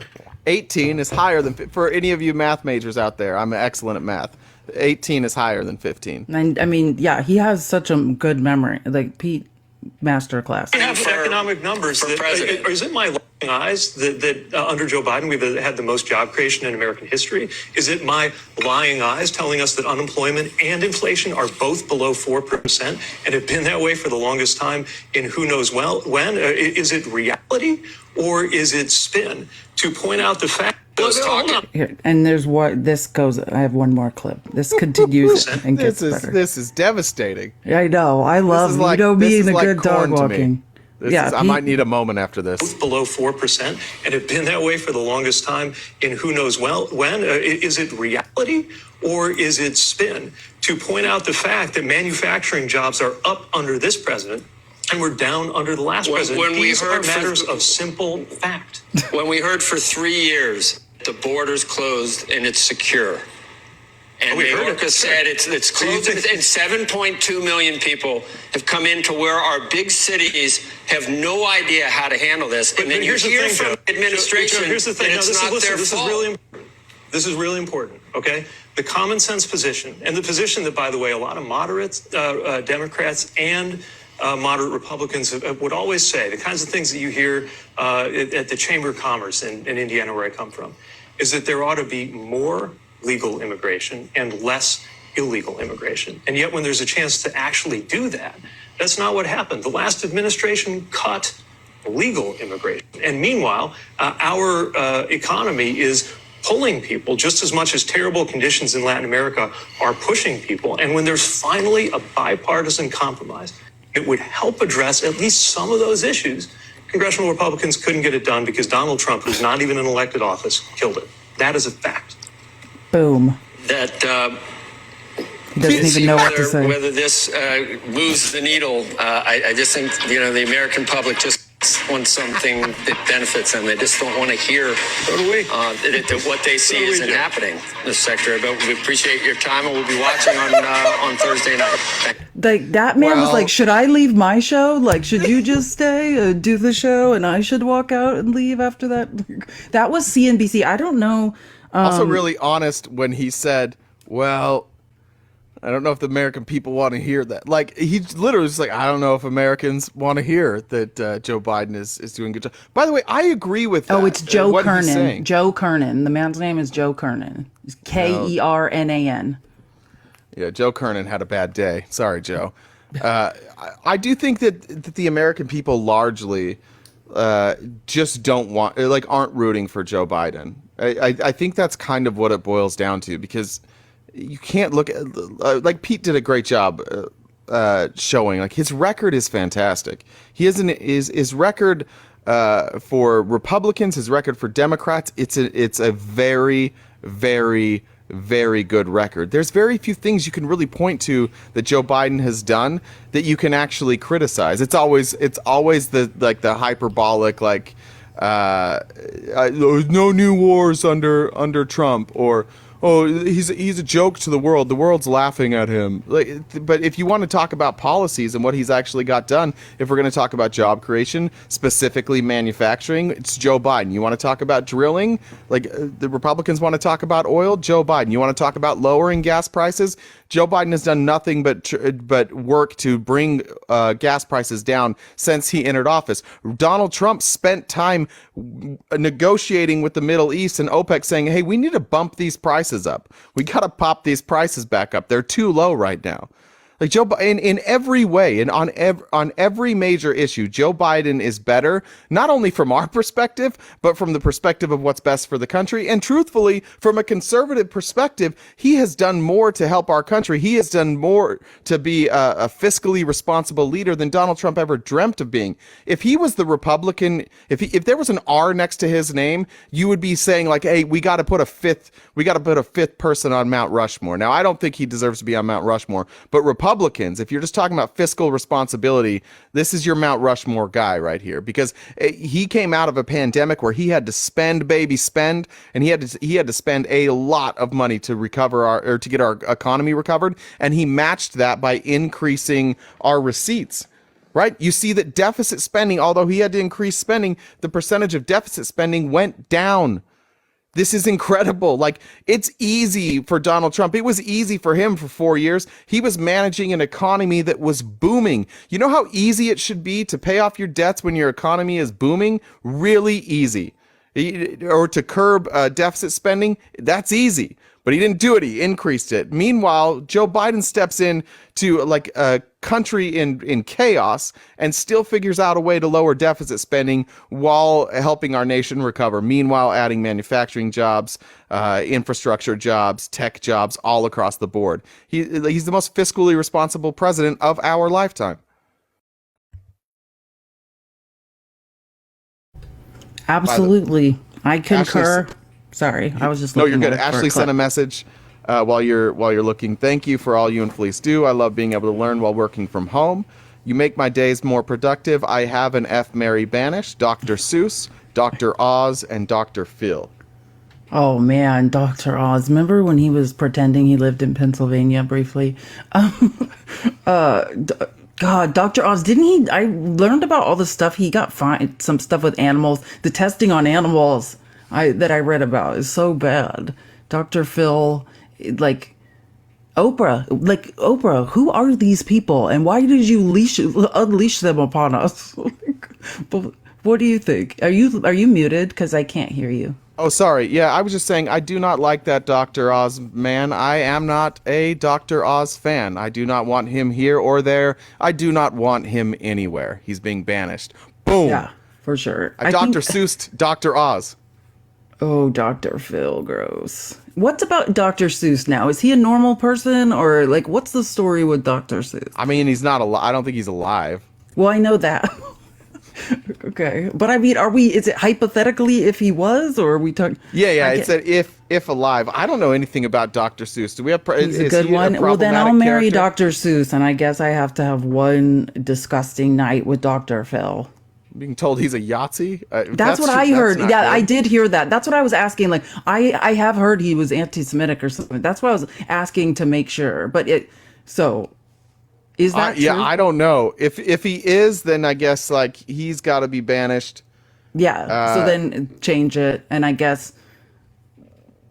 Did you see Dr. Phil? Any clips from Dr. Phil on Joe Rogan? No, Where he but just, like, no, was I just did not blaming watch that. poor But I people? mean, I know a lot about Dr. Phil. So stupid. He has done a lot of harm. I mean, yeah, Dr. Phil is a no-go. But I like the animal stuff that I read about that Dr. Oz did is pretty scary. Like he was testing on animals. He was fined like a lot of times, kept doing it. Yeah, so like so we're banishing Seuss, and then I guess one night with I guess I have to marry Dr. Phil. That's I don't want to do that, but I cannot. You'll be well taken care of. He's going to be testing on the family pets if you keep Dr. Oz around. So Dr. Oz was probably the one bidding at that Trump dog auction. yeah, he probably was right there that picking was them all him. up for as much as. But that's actually scary. Yeah, he literally probably was. So yeah, that's my answer then. I guess I'm marrying Dr. Phil, which is awful. But desperate times call for desperate measures. Okay, wait. So I want to play this. This Michael Cohen was talking about. Remember that thing we were talking about, like where he's like ribba-doo-da, like Trump was just like making random noises doing his speech. It's like ribba-doo-da. And we're like, what is he talking about? Well, Michael Cohen was talking about that yesterday, so I had to make sure to get this. But here he is short-circuiting again. Just watch this. Heard that Saudi Arabia and Russia will repeat Just do that one more salty. Play it again. Play it again. But here he is short-circuiting again. Just watch this. Heard that Saudi Arabia and Russia will repeat Just do that. Every time I hear it again, I don't know, like it gets funnier. It's just like, what? That's forever Trump people. You can never talk about a gaffe again. What? That's not that. What is that? What was it? I don't get it. Okay, we'll keep listening this time, but one more time, just because it's hilarious. But here he is short-circuiting again. Just watch this. Heard that Saudi Arabia and Russia will repeat Just do that one more salty. Do it one more time. I think he was taking a shit in his pants. Heard that Saudi Arabia and Russia will repeat So what do you think was happening there, Cohen? I think he was actually dropping a deuce in Donald von Schitzen pants. There's no doubt in my mind. I think he may have been a little constipated and finally let it go. It doesn't make any sense. But you remember I was just saying a second ago about deflection. I know it's gross, and thinking about him sitting there talking in front of a crowd, dropping the deuce in his diapers. I don't know why I bring this up. Why I bring When this he up? turns around, he talks about Joe Biden being old. Joe Biden stumbling over his words. I'm going to go back to the word that I used a few moments ago. Deflection. Let's just play that one more time, Salty. One more time. Just so you understand, this is not what we need from a leader, right? And the fact that Joe Biden will turn around and speak slowly, or he speaks low, or whatever it might be. Not like this. I mean, this is a whole nother level of fucked up. Heard that Saudi Arabia and Russia will repeat Sorry, I had to play that. I just thought that was very important just to clear up what was really happening there. I'm just thinking, just imagine how many times those poor classified documents had to sit there and listen to Donald Trump while he's on the toilet go, those poor documents. They've seen and heard some things. Yeah, he has saved the document, free the documents for real. They've been through too much. And it's true. I do want to point out, like, okay, that is hilarious, but the seriousness of what he said, like, every Republican accusation is a confession. It's all projection. It's all deflection. Trump's like, pay no attention to the fact I and myself am not doing well. Like, I'm sweating. I'm gripping this podium. I can barely make it through a speech. It's not clear the words that are coming out of my mouth. And let's project that onto my opponent, Joe Biden. That's what Michael Cohen's saying in a very hilarious way. I was thinking about that last night. Like, I don't know where Candyman is. Candyman must be in D.C. because if you saw Trump's victory speech last night, it was like, talk about low energy. It was the lowest It was of like energy. the presser at Mar-a-Lago the day before. That's what I was thinking. But we're like, yeah, it's so weird because it's like sometimes he's clearly on the uppers and, allegedly, in my opinion. And other times it's the downers, and it's like you catch him at these weird moments. Yeah, he was like sedated yesterday or something. He didn't even go after Nikki Haley. Like, he waited till this morning because I think he was sedated, allegedly, in my opinion. Well, look, there's been it's well documented that there's an Adderall shortage in this country. If that's not whether that's related or not, I have no idea. I'm just telling you guys. I'm just stating some unrelated facts, like the Republicans do. But the funny thing is, like, I think the reason he was upset, honest to God, I think the reason he was low energy was because when he came out and did that speech, it was becoming abundantly clear that he was going to lose Vermont. And I think that, like, that's a good point. Just losing is a problem for him. He fucking hates losing so much. I remember, somebody talking about, I think it was a Kobe Bryant quote about, like, do you like winning or do you hate losing? It's like, oh, it's like, I hate losing. And athletes talk about that all the time, how they remember their losses. They rarely remember, like, their biggest moments, but they remember, like, their losses. Win. Yeah. And I think that's what he's out there. He just cleaned up on Super Tuesday. I mean, he's not an incumbent, but he is. But if I was Donald Trump, I would have been on that stage talking about the first time in history that any candidate that wasn't an incumbent put up numbers like this. But instead, he goes out there low energy, pissed off about this made up fucking state. They're like, why does he even care? It's not, those aren't even real people voting. It's a made up state. Stop helping make the mega argument. Still mad about it. It's not even real. It's not even a place. Real. It's like a paper town. Do you guys know what paper towns are? Paper town. We're going to learn an interesting history teacher fact. Paper towns are like, back in the day when maps were how people like needed maps for directions, in order to keep people from plagiarizing, like Rand McNally is a map company, and they would send out explorers to like map things and surveyors, and it was a very expensive endeavor. And then people could just essentially plagiarize their map. So a paper town are fake towns that don't exist, like Jay is claiming Vermont, like Montpelier. What fucking town Jay is claiming Vermont is, and they would put these fake towns on their maps. So if someone plagiarized it, they would know because a town that didn't exist was put on the map. Yeah. Thank you, T. Sorry, I didn't know you were in the box there, T. But yeah, we just take op in here. I appreciate the well wishes. Thank you. I appreciate that. We're just careful about that, trying to get through all our stories. But thank you. That was very kind. Okay, so let's do one clip from Jessica Tarlov, and then I have some stuff to say about Carrie Lake really quick, and Christian Cinema that I find interesting. But Jessica Tarlov, our leftist angel, she was great on Super Tuesday because, she was part of the coverage all day long because she's kind of the only leftist voice there. So she got a lot of airtime, and she, like you said, she always has these like really great sound bites of facts, like kind of queued up, like ready to go at Jesse Waters.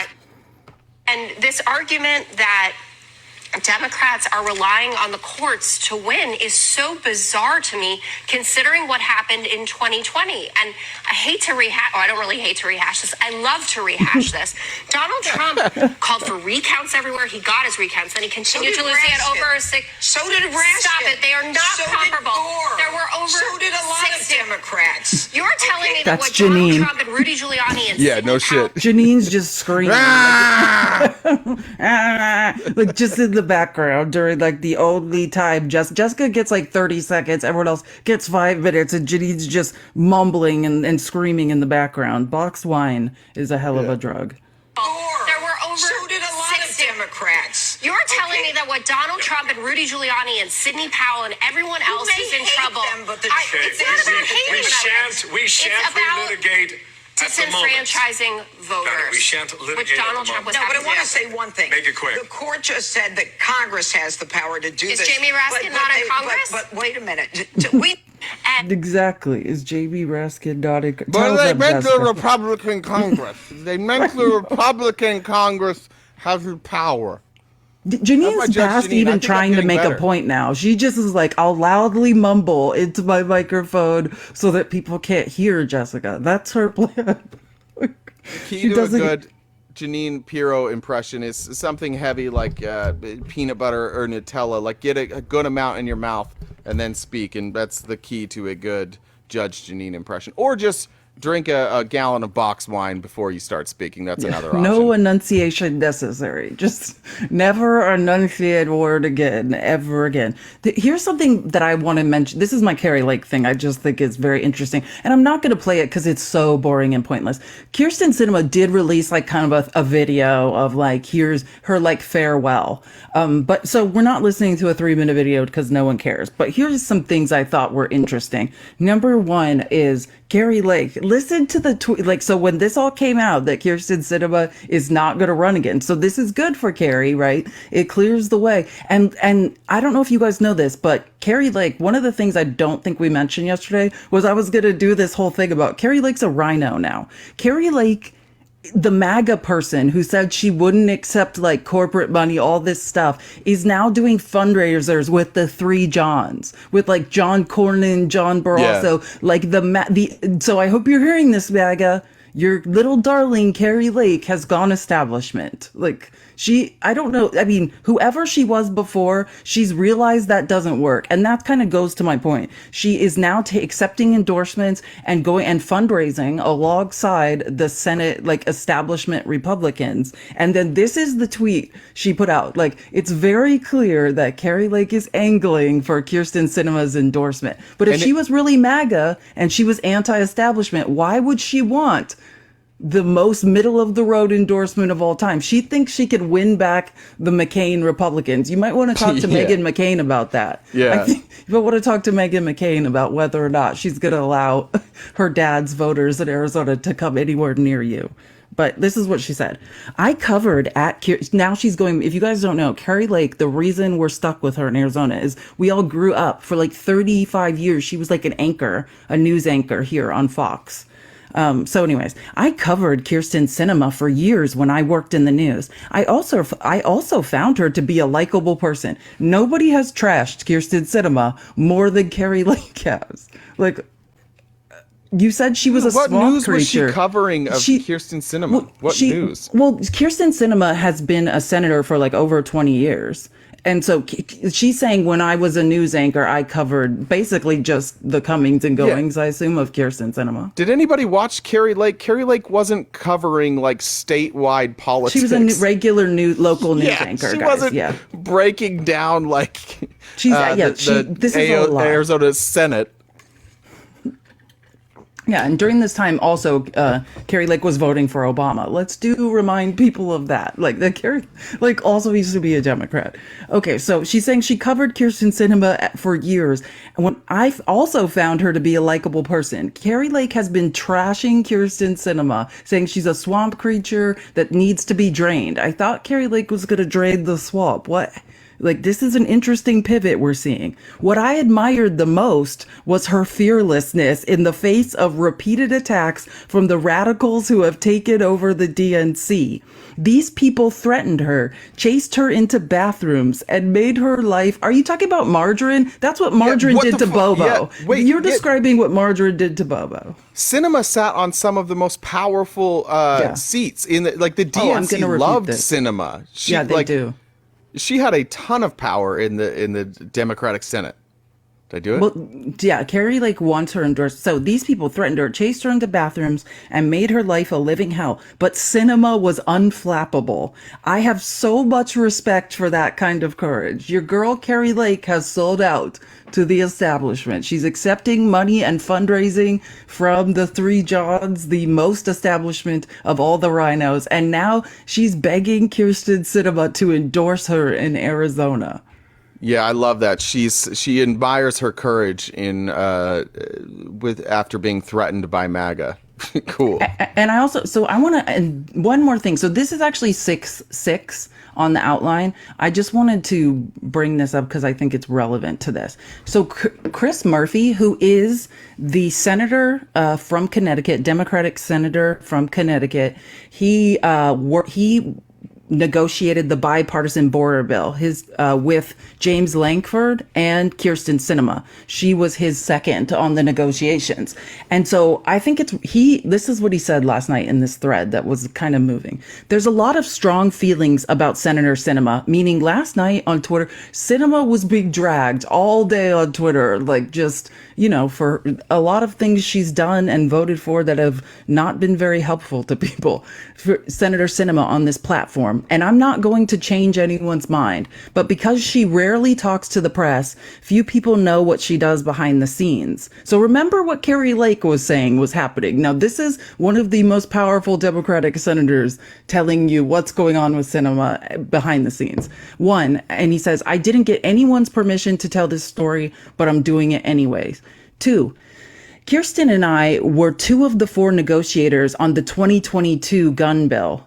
Her priority was ending, quote, the boyfriend loophole, which allowed domestic abusers to keep their guns if they weren't married to the victim. The loophole was a death sentence for thousands of women, an abomination. 3, Republicans stubbornly resisted every attempt we made to close the loophole. I was worried the clock was ticking and we'd lose our shot to get any gun bill. 3 weeks into our talks, I told Kyrsten that if we couldn't get agreement at the next meeting, we had to move on. 4, Kyrsten's first job out of college was a domestic violence shelter worker. She knew these women's stories. This is going to make me cry. She knew the fatal cost of leaving the loophole in place. At the meeting, we made no new progress. I started to suggest moving on, and then I caught Kyrsten's eyes. 5, I could read her eyes. Don't do it, Chris. And so I stopped mid-thought. I dropped it. After the meeting wrapped, she said to me, quote, I know we're almost out of time. Just give me 48 more hours. I know I can get this done. I need to get this done.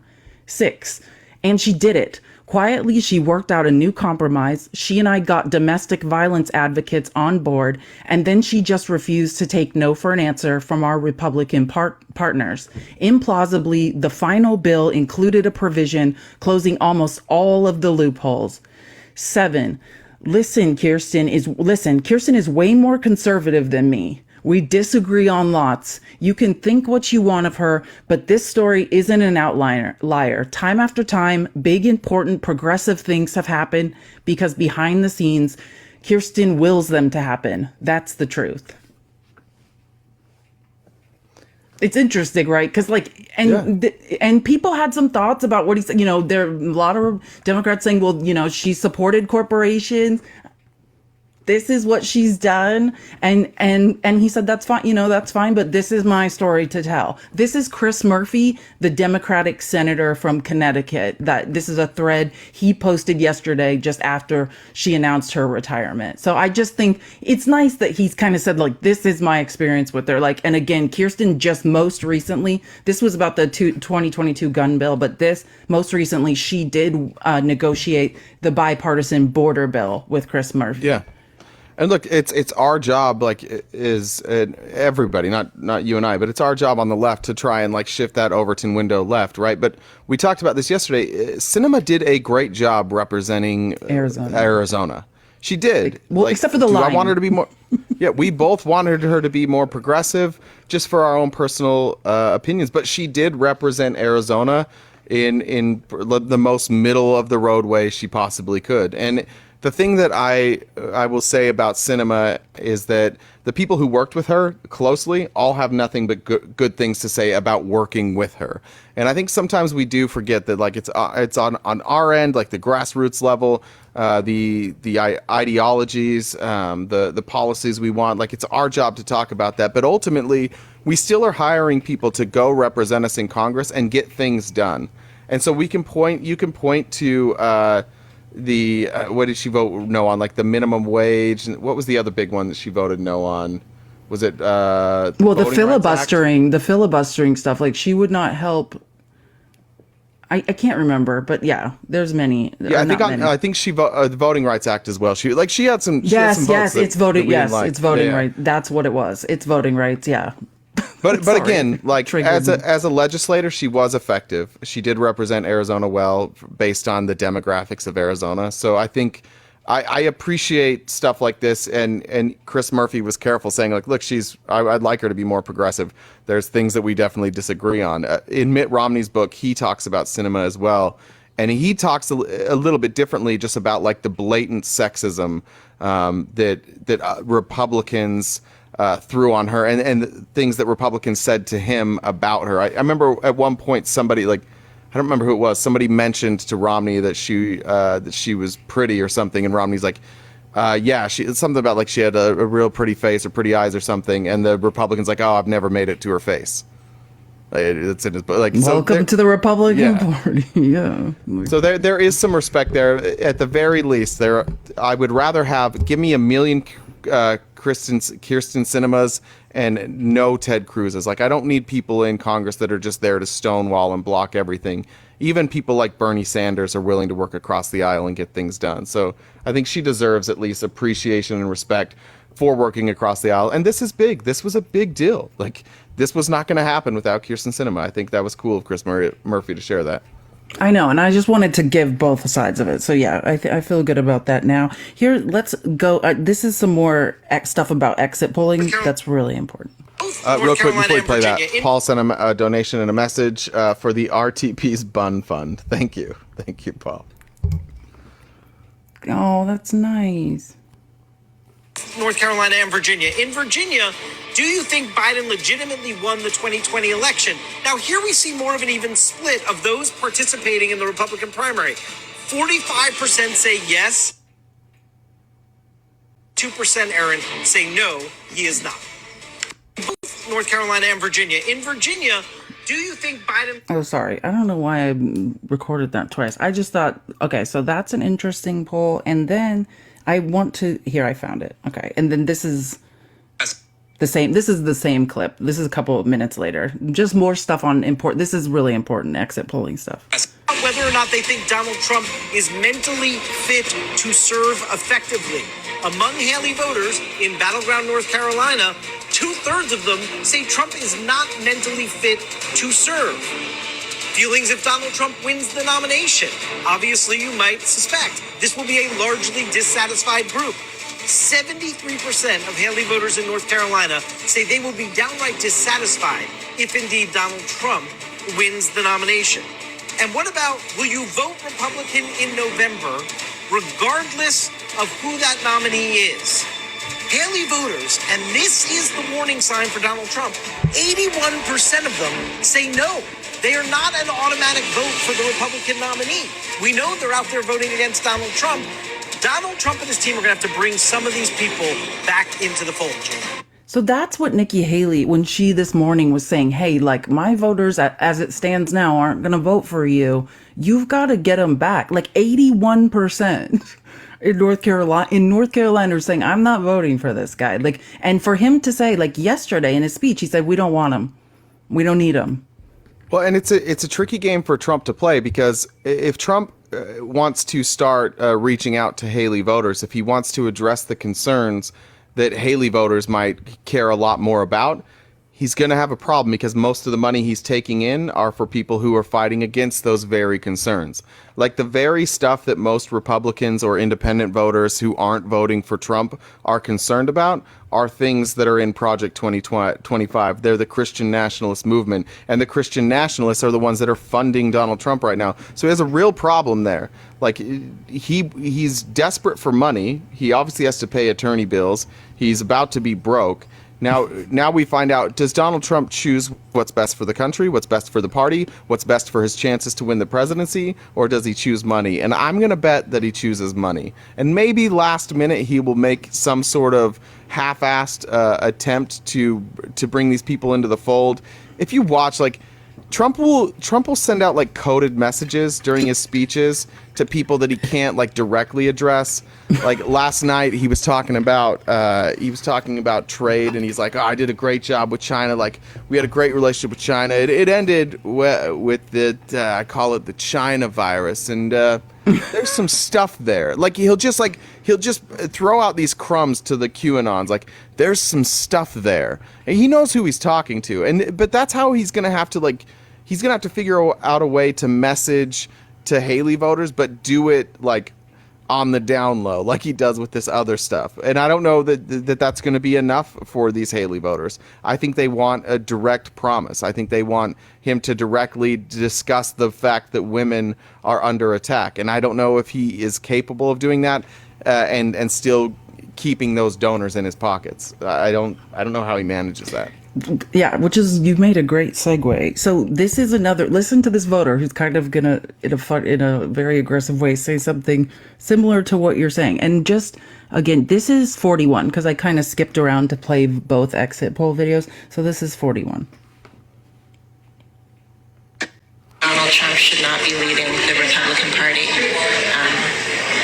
She said Donald Trump should not be leading the Republican Party.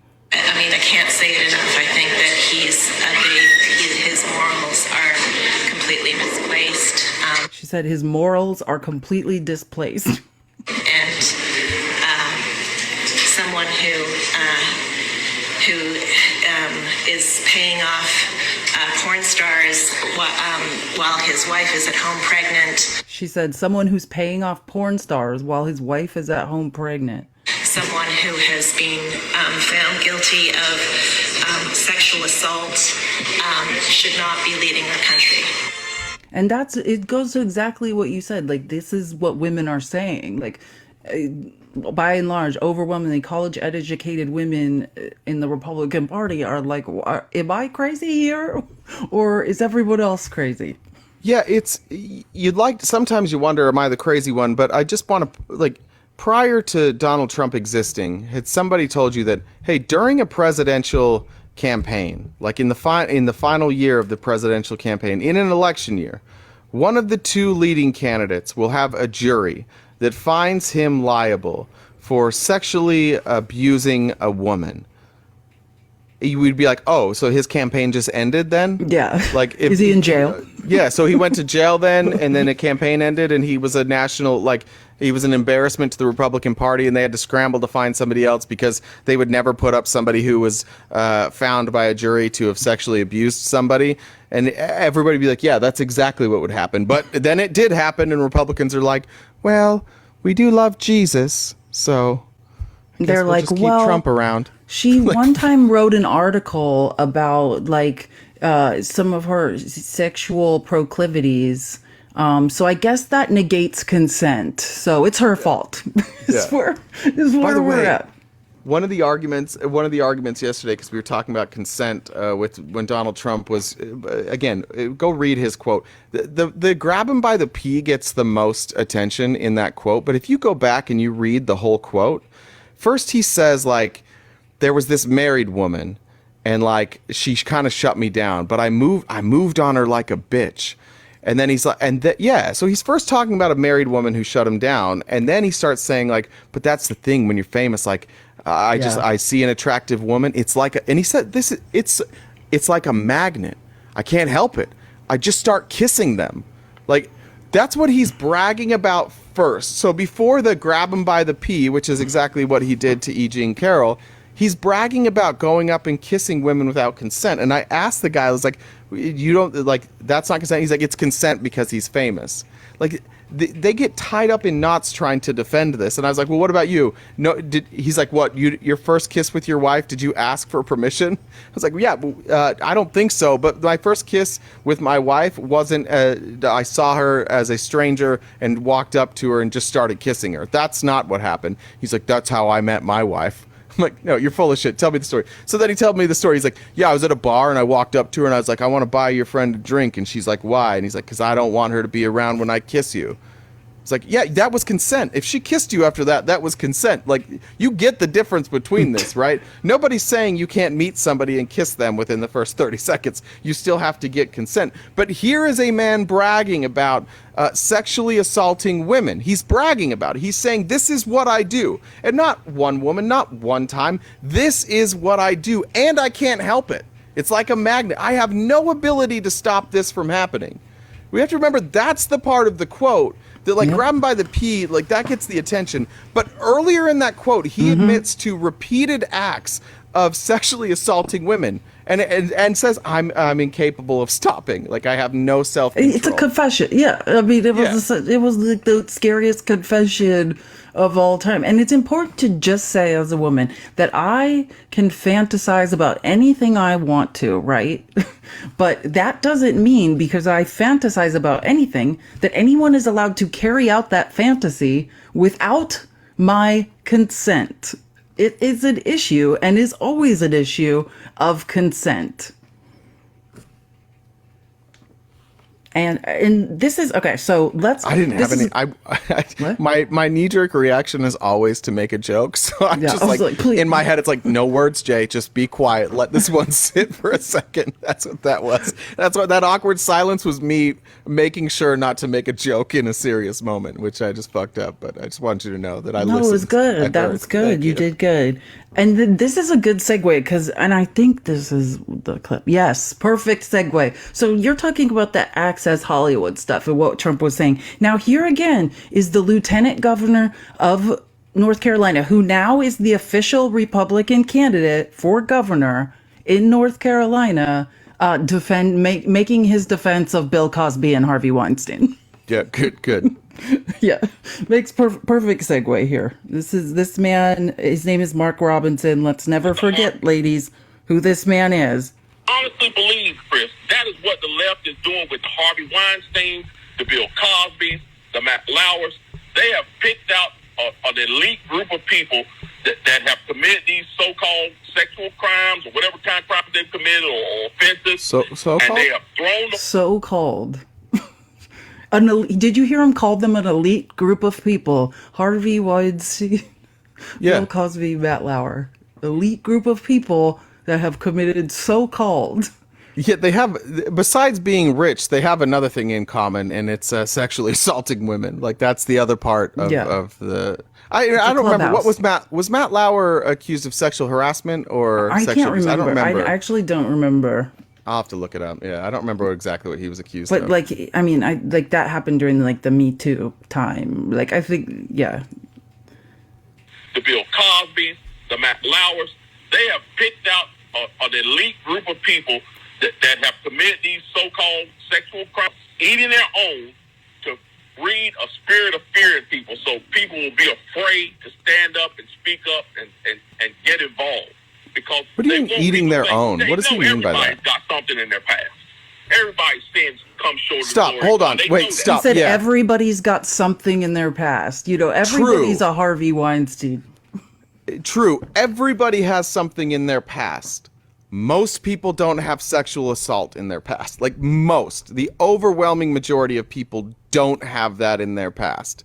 Like, if you want to look into my past, like, no surprise, if you were able to look into my past and hear the things I say, you'd be probably, like, pretty disgusted with some of the things that I said. Some of them were ill-advised. You might get that way with me already. Or currently, I'm a person who regularly. Yeah, check this man's hard drive. Yeah, we just learned. To go out of your way to name 3 people who I believe all of them lost their case. I looked at Matt Lauer. Matt Lauer's was sexual harassment. You're going to defend Bill Cosby and Harvey? Nobody is defending Bill Cosby and Harvey Weinstein. Nobody. There's nobody left except for the guy running for governor in North Carolina. He's the last guy in the Bill Cosby / Harvey Weinstein fan club. Think about it, the only though. person in America still defending Harvey Weinstein. He's saying this is an elite group of people. Harvey, you know what I mean? That he's saying that are being railroaded, basically, are being torn down. They're just accusing them of something, and they're to tear them down. Like, can we talk about projection? You know what I mean? Like, and that's what the people that agree with this, that have come out of the woodwork, and are the Mark Robinsons. Like, it is very true. Like, this is some scary projection from these people. The people that get to the place, not of, like that's an inordinate amount of women that have experienced this with Harvey Weinstein, to never think of those victims, to never have empathy for them. And your story is that an elite person was torn down. Yeah. Again, now just imagine as when the Bill Cosby court cases were leading the news every day as those convictions came down. Now just imagine at that time, the convictions come down, you turn on whatever news organization you like to watch, they're talking about it, they're talking about how horrific he is, and they're like, by the way, 5 years from now, the guy that's the Republican candidate for the governorship in North Carolina, the guy who's leading in the polls, is going to defend Bill Cosby. You'd be like, that would never happen. You can't defend Bill Cosby and Harvey Weinstein and be like the leader of your party for governor. And they're like, yeah, no, he is. And he has a real chance to win. You'd be like, I don't believe you. I don't believe any of this could happen. That's who, like, the Republican Party is full of shit. Shit, that's right. Full of shitty candidates who, if you had just given their resume 5 years ago, you'd be like, that person will never will never hold political office. They will never be the nominee in their party. And this is like one of 30 or 40 of them that's just like, this person would have been thrown out by the Republican Party any other time. At any other time they would have been removed, but not under Trump. Because if under the Trump MAGA party, the number one important thing is loyalty to Trump. After that, you can kind of say what you want to say. Yeah, and this is the interesting thing about Fox News, which, so it was like Brett Baier, Jesse Waters, like poor Jessica Tarlov suffering through this. Like their coverage, right? They're pushing like crazed. Listen to what Jesse Waters thinks is important to talk about. And we heard from Michelle Obama's staff today that she officially is not running for president. Now, you might ask yourself, what are they speaking of and why are they doing this? This is a far right, like Q, if you will, or MAGA conspiracy theory. They believe that Joe Biden, it's all a conspiracy. The DNC knows that they're going to put Michelle Obama up, and she's just going to appear at the DNC convention and accept the superdelegates or something. Yeah. Like, how does this go? Like, and they have been pushing this on Fox, like, rather than just doing anything involving real news. They are like, guys, listen, it gets worse. Wait, you got to hear the end. Like, it's one of the few ones that I want. It's one of the only Republicans' conspiracy theories that I desperately want to be true. Like, how amazing would that be if Joe Biden was like, accepts the nomination, he's walking up the stage and he sits down, the lights dim, and you have like some sort of Big Boat, if it's true, come up and tell us. I don't know about this. You probably know more about the conspiracy theory than I do. I just know like what I hear on Fox. If you have more information about it, we are open to hearing it for sure. I just think it'd be great. Like, you could drop the lights, have Alicia Keys start playing. You'd be like, what is this? Why did the lights drop? And then spotlight hits Michelle Obama and Biden's like, this is yours now, and hands her the nomination. That would be amazing. That would be the greatest conspiracy theory come true it's crazy ever. They keep saying that. Oh, yeah. Yeah, but I just want this one to be true. I'm buying into this one. I was talking to Big Boat. Sorry. I was correcting. Like, he wasn't saying what I thought he was saying. So I was just correcting. I'm all in on this conspiracy theory. I'm buying into this one. Well, so's Jesse Waters. Is supporting President Biden and Kamala Harris. You've said maybe there's another shoe to drop in the Democratic Party. You still think that's true? I'm so glad you asked me that question, Brett, because if you read between the lines, If you read, she's not saying he says, if you read between the lines, here comes some Jesse Waters BS. between the lines. She's not saying she wouldn't agree to be drafted at the convention in Chicago, her hometown. She's saying she's not running for president. So there is a chance. Like, it's never gonna end. It's Yeah, never. I guess there's a chance. I guess that's true. We're gonna be doing this forever. I don't get the impression that Michelle Obama would want to run for president. She's been pretty outspoken about like how difficult it was for her and her family when they were in the White House. Oh, like why would she want to go back to that? She's doing great. They have they make plenty of money. Their family's happy. They're largely only in the spotlight when they want to be. Like they've moved on with their life. It makes no sense, but I would love it. I think Michelle Obama would be an incredible president, and I would love that drop. I just hope Democrats are doing it. I don't even care if Republicans are right. Fox News would love it, but that kind of like bait and switch at the DNC convention. Yeah, she is way too good for that. I agree. Like, save yourself, Michelle. You're too good for this. You're too good for this nonsense. Okay, and so then here comes Jessica Tarlov again. She was amazing on Fox yesterday. I don't know how she does this. She's bringing up the exit polls to annoy them all. You look at the exits for GOP voters tonight who won't guarantee their vote for the nominee. North Carolina, 35%. Virginia, 36%. California, 33%. That has been consistent, that there's 30 to 50% of people who don't want Donald Trump but identify as Republican or are voting in that primary. How can Joe Biden and his team make the case, talk about some of the things, of course, you talk about on your show, Larry, about the economy, to up those optimism numbers, which are going in the right direction. And there's always a lag from results to how you feel about it. To talk about immigration, clearly he wants to. That bipartisan border deal is going to be a big deal at the State of the Union, and other non-traditional Democratic issues. But Facts. So she's bringing up the 30+% in all of these states that are saying, even if it's not Nikki Haley, I'm not voting for Trump. Like, which is a huge thing that the Republican Party in some way has to reconcile.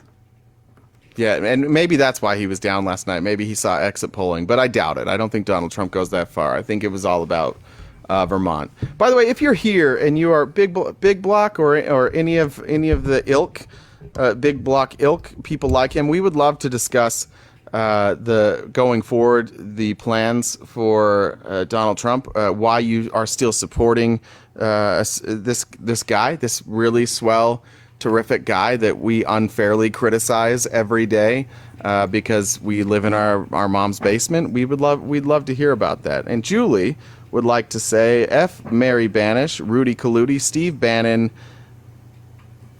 Oh, Steve Bannon, the QAnon canon. I like that. And MAGA Mike. Oh my God. So Rudy Colludi, Steve Bannon, MAGA. Oh, I forgot about this. Can I tell you about my dream? You had a dream about this? Yeah, well, I listen to I always have something playing when I go to sleep, and it's Me usually too. like I know. Senate hearings. You want to go to sleep? Throw on a Senate hearing. But the drown one I out was listening the racing thoughts. Yeah, I was listening to Durham, and I forgot MAGA Mike was in there, and so I was I was dreaming with MAGA Mike's voice going through my head. That was tough. I did not like that. But I thought you were going to say that you had a SEX dream with MAGA Mike. About MAGA Mike. That's what I thought you were just going. I was like, what? We went, yeah, it was pretty sweet. We had really great sex, and then we went and opened a checking account. And then we asked for forgiveness from God. Yeah, then we asked for, and his son, for some reason, knew what we were doing. I guess there's some app on the phone that tracks his dad's heart monitor, or heart rate. I'm going F. Mary Banish. Look, Rudy Colludi is effectively banished. Steve Bannon is more dangerous. I'm banishing Bannon. I watch the show. That man is a danger. I'm gonna have a one-nighter with Rudy Colludi. I'm gonna marry MAGA Mike just because that would be amazing. That would just be so incredible for MAGA Mike to be married to a man. I would really like that. And Bannon's got to go. And first of all, we know where Bannon's going. He's going straight to Russia. He's just going to go over there and be like, continue being Russian. He's going to sail over on that Chinese dissident yacht that he got arrested on too. Like he's Who's going to Did do you the see Tex Atlantic Lexi crossing Law? that way? Like Tex Lexi Law said, these make me nauseous. Same. Yeah, like one night with Rudy Kaludi, and his like hair dye is like dripping on you. Oh yeah, that's hot. That's hot. Yeah, Yeah. just dripping all down your body. I'm sorry. I'm gonna stop now. You want to make sure with Rudy Kaludi that you get like you turn on the heater and put on a humidifier for about 2 hours before. You want that at about a steamy 85 like hot degrees. yoga level, like Bikram yoga. Yeah, that's like right. And then just sweat it out. Let the paint flow. I'm gonna be ill. Okay, we have to move on from that for all of our safety. I might give up on life at this point. This is everybody but those anybody without a Someone penis. said, "Don't forget his farting." I'm sorry, I shouldn't say it, but anybody without a penis, you can ignore this next part. But for my penis friends that are here, this might be a good memory. What we just talked about, solidify this in your memory, because like that trick that all men do, where it's like you think about something awful. Oh, to last longer. Yeah, this might be one. Mine has always been. There's a lot of information. I apologize, and I realize some of our audience is not going to like what I have to say, but I feel compelled to tell you that mine has forever always been like the thought of picking up like a fresh dog shit. That's always been the one for me that worked. Yeah, just like with no very bag, similar to the picture we're painting now. But this might be sweaty Rudy Kaludi just staring down at you, dripping. Oh no, hair dye. That might be worse. That could be that is way. Yeah, it's. You got your wives are gonna thank you. They're gonna be like, "You're a king. That was amazing," and you're gonna be like, and you can tell them after, like, "Thank Rudy Giuliani." Give him a little wink. Yeah. Okay, here's some more stuff from You're Steve welcome, folks. This is, yeah, exactly.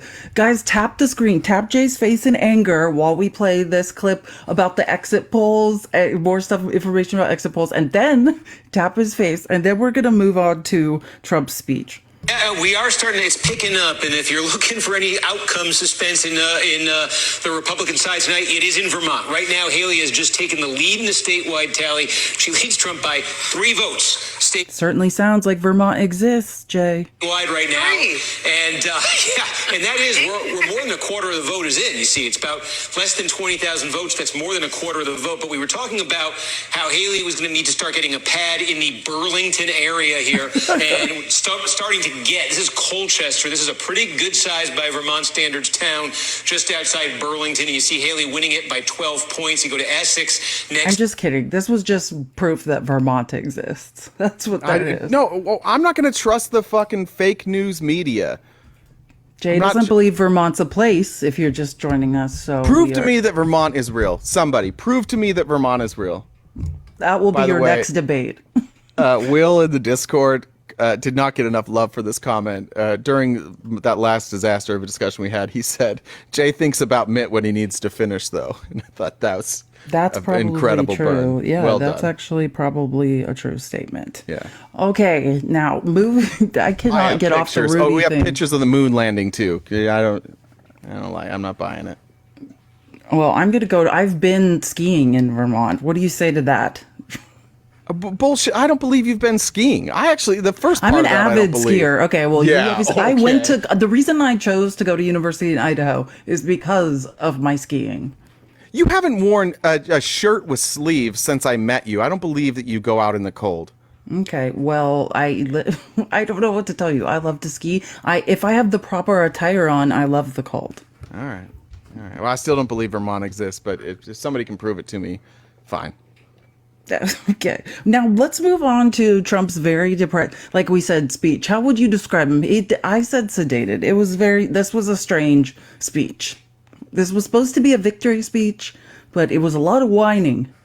Oh my God, was it whiny? God, he won and he complained for, I don't know how long that speech was. It was somewhere between 8 and 9 hours. Trump. It was right around 9 hours was the speech. And then it's like, you had a pretty good day. Like, just say thank you to the people that voted for you. Yeah. Say something other than whining. Full of incredible, talented people, like some of the guys standing right in front of me, right? Big futures. Stop it. Pause that real quick. Pause it. This was my favorite fucking part. This is what he opened with, and it just missed it there. Right before that, he said, "It's nice to be here. There are so many rich and famous people here. Yes. But I can't tell you about it because they'd get in trouble." It's like there are celebrities and stars here, but I can't tell you guys about it because I'll get in trouble. There was nobody famous there. There were just a bunch of people that were kissing your ass. That was my favorite part. I forgot about that. I forgot that he pretended like all the Elon was probably there. That yeah, or that's what I was gonna say. I was thinking it was like, you know, what do they call it? Club 47, the billionaire donors, where he like promises to cut all their taxes like in secret, but like can't talk about it. Yeah, that's what I was like. He's probably he's begging Elon for money. Beautiful futures. Oh yeah, and he said, in case you can't, what he's saying about them is what is it? Oh yeah, these people have big, fat, beautiful futures like that. That's what he said. Again, how he said big futures, big fat beautiful futures. Oh, I'd love to be your age. I'd pay you a lot of money to be your age. I'd pay you a lot of money to be your age. It's With like, please stop weirding the people in the front row out. Your big, fat, juicy, veiny futures. Did you hear me? He's like, oh, like, let's just... Why did he say it like that? That was such a weird way to say it. He's like, futures, oh. Like some of the guys standing right in front of me, right? Big futures, big fat beautiful futures. Oh, I'd love to be your age. I'd pay you a lot of money to be your age. But we have some tremendously talented people in this. Yeah, that's okay. I'm sorry. It's what was the other one? I'm gonna start saving all these clips. That other one.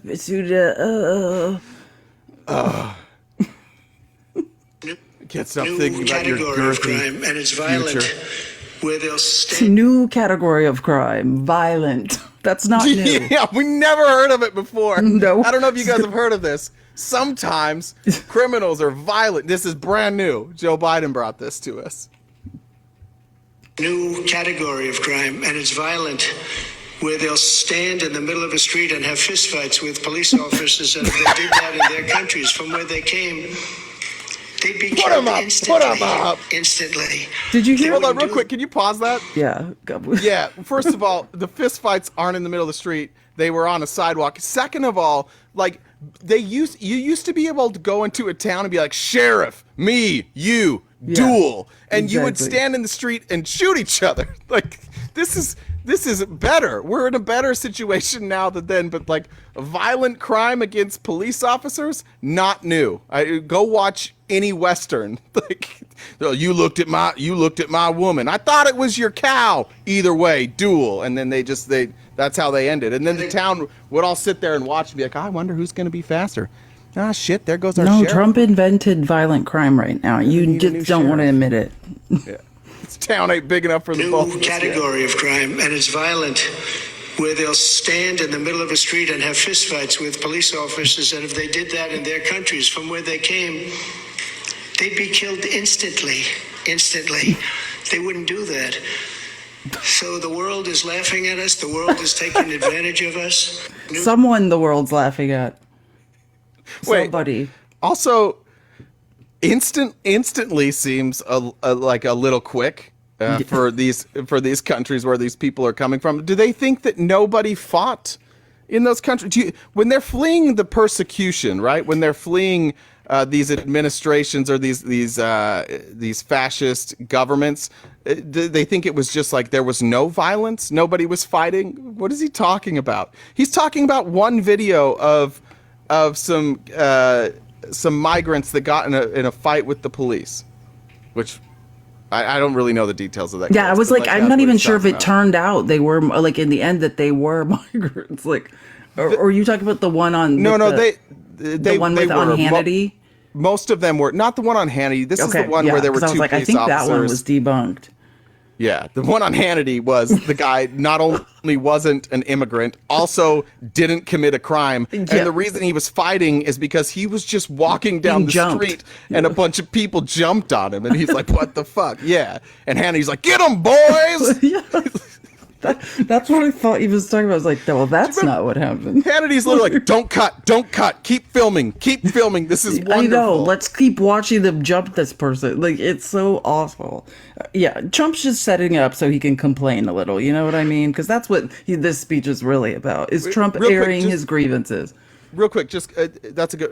Whoever just said that, who was that? That was RTP Potter. Good, like that. The problem with that video of those people that got in the fight with the police officer is you don't see how it started. You don't see the officer goes off screen, and when he comes back into screen, he's dragging somebody to the ground. Like, I've seen that video a million times. I still have no fucking idea what happened. None. But to say, like, for me, if I see a video like that, I'm just going to assume New York police officers didn't use excessive force. I would say that history would tell me maybe they were excessive. I don't think anybody should take anything away from that video until we see the body cam footage. And maybe it's out and I haven't seen it yet, but when I saw that video, I was just confused. I still don't know what happened. Yeah, it's like the only sense that anyone made of it was the story, the narrative that Hannity told about it. Like, you're right. The video is just absolute chaos. And people were calling me that I would have said will never happen. It'll never happen. They wanted to get together African American, Asian American, Hispanic American. Are you listening to this, you guys? Yeah. Just now, keep in mind, this is a little bit of a self-report. Donald Trump is going to write he's going to list off a list of people or groups of people who never would have, who would never call him. Like, he basically is confessing to only speaking to white people for his whole life. Yeah, go ahead and play that. And people were calling me that I would have said will never happen. It'll never happen. They wanted to get together African American, Asian American, Hispanic American, women, men, people with diplomas from the best schools in the world, and people that didn't graduate from high school. Every single group was doing better than ever before, and it was a beautiful thing. Our country. Sniff. Do you hear him sniffing too? This is a wild clip. Like, just everybody loved me. They forgot on voting day. They just forgot that they loved me. I think that's what happened. Sorry, I'm just kidding. Away from high school, every single group was doing better than ever before, and it was a beautiful thing. Our country was coming together. Our country was coming very together. Unified.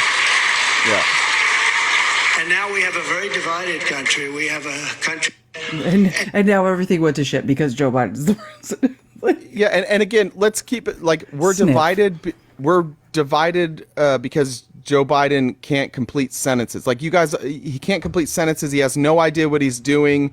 He has dementia, but also somehow is divisive. You guys, was the country coming together in 2020, like he says, or was it a crisis?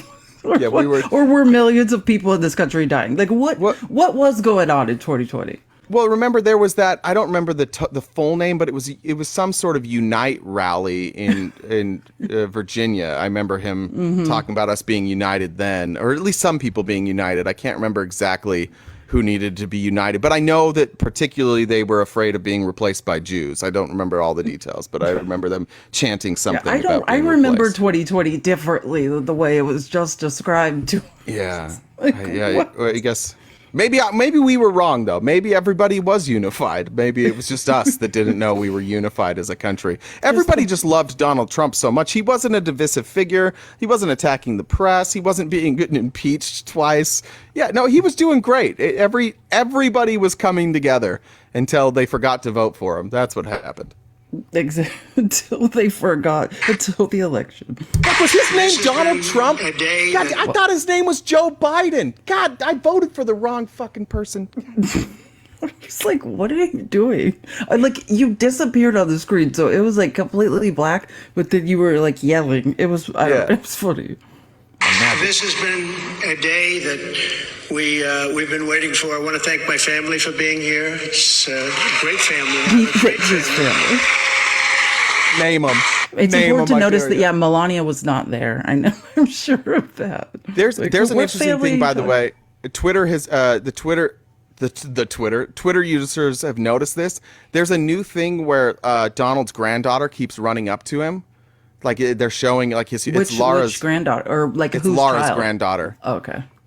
And Twitter has also rightfully shown out that daughter leaves from her mom, runs to Donald, and as soon as she's back, like runs back, she's clearly being coached to run to him and pretend that pretend that they're best. As soon as that hug's over, she is out of there. But they're like staging events now where his granddaughters will run to him. And Twitter's, if you guys want, you can. I don't remember what I searched. I think it was like Trump granddaughter.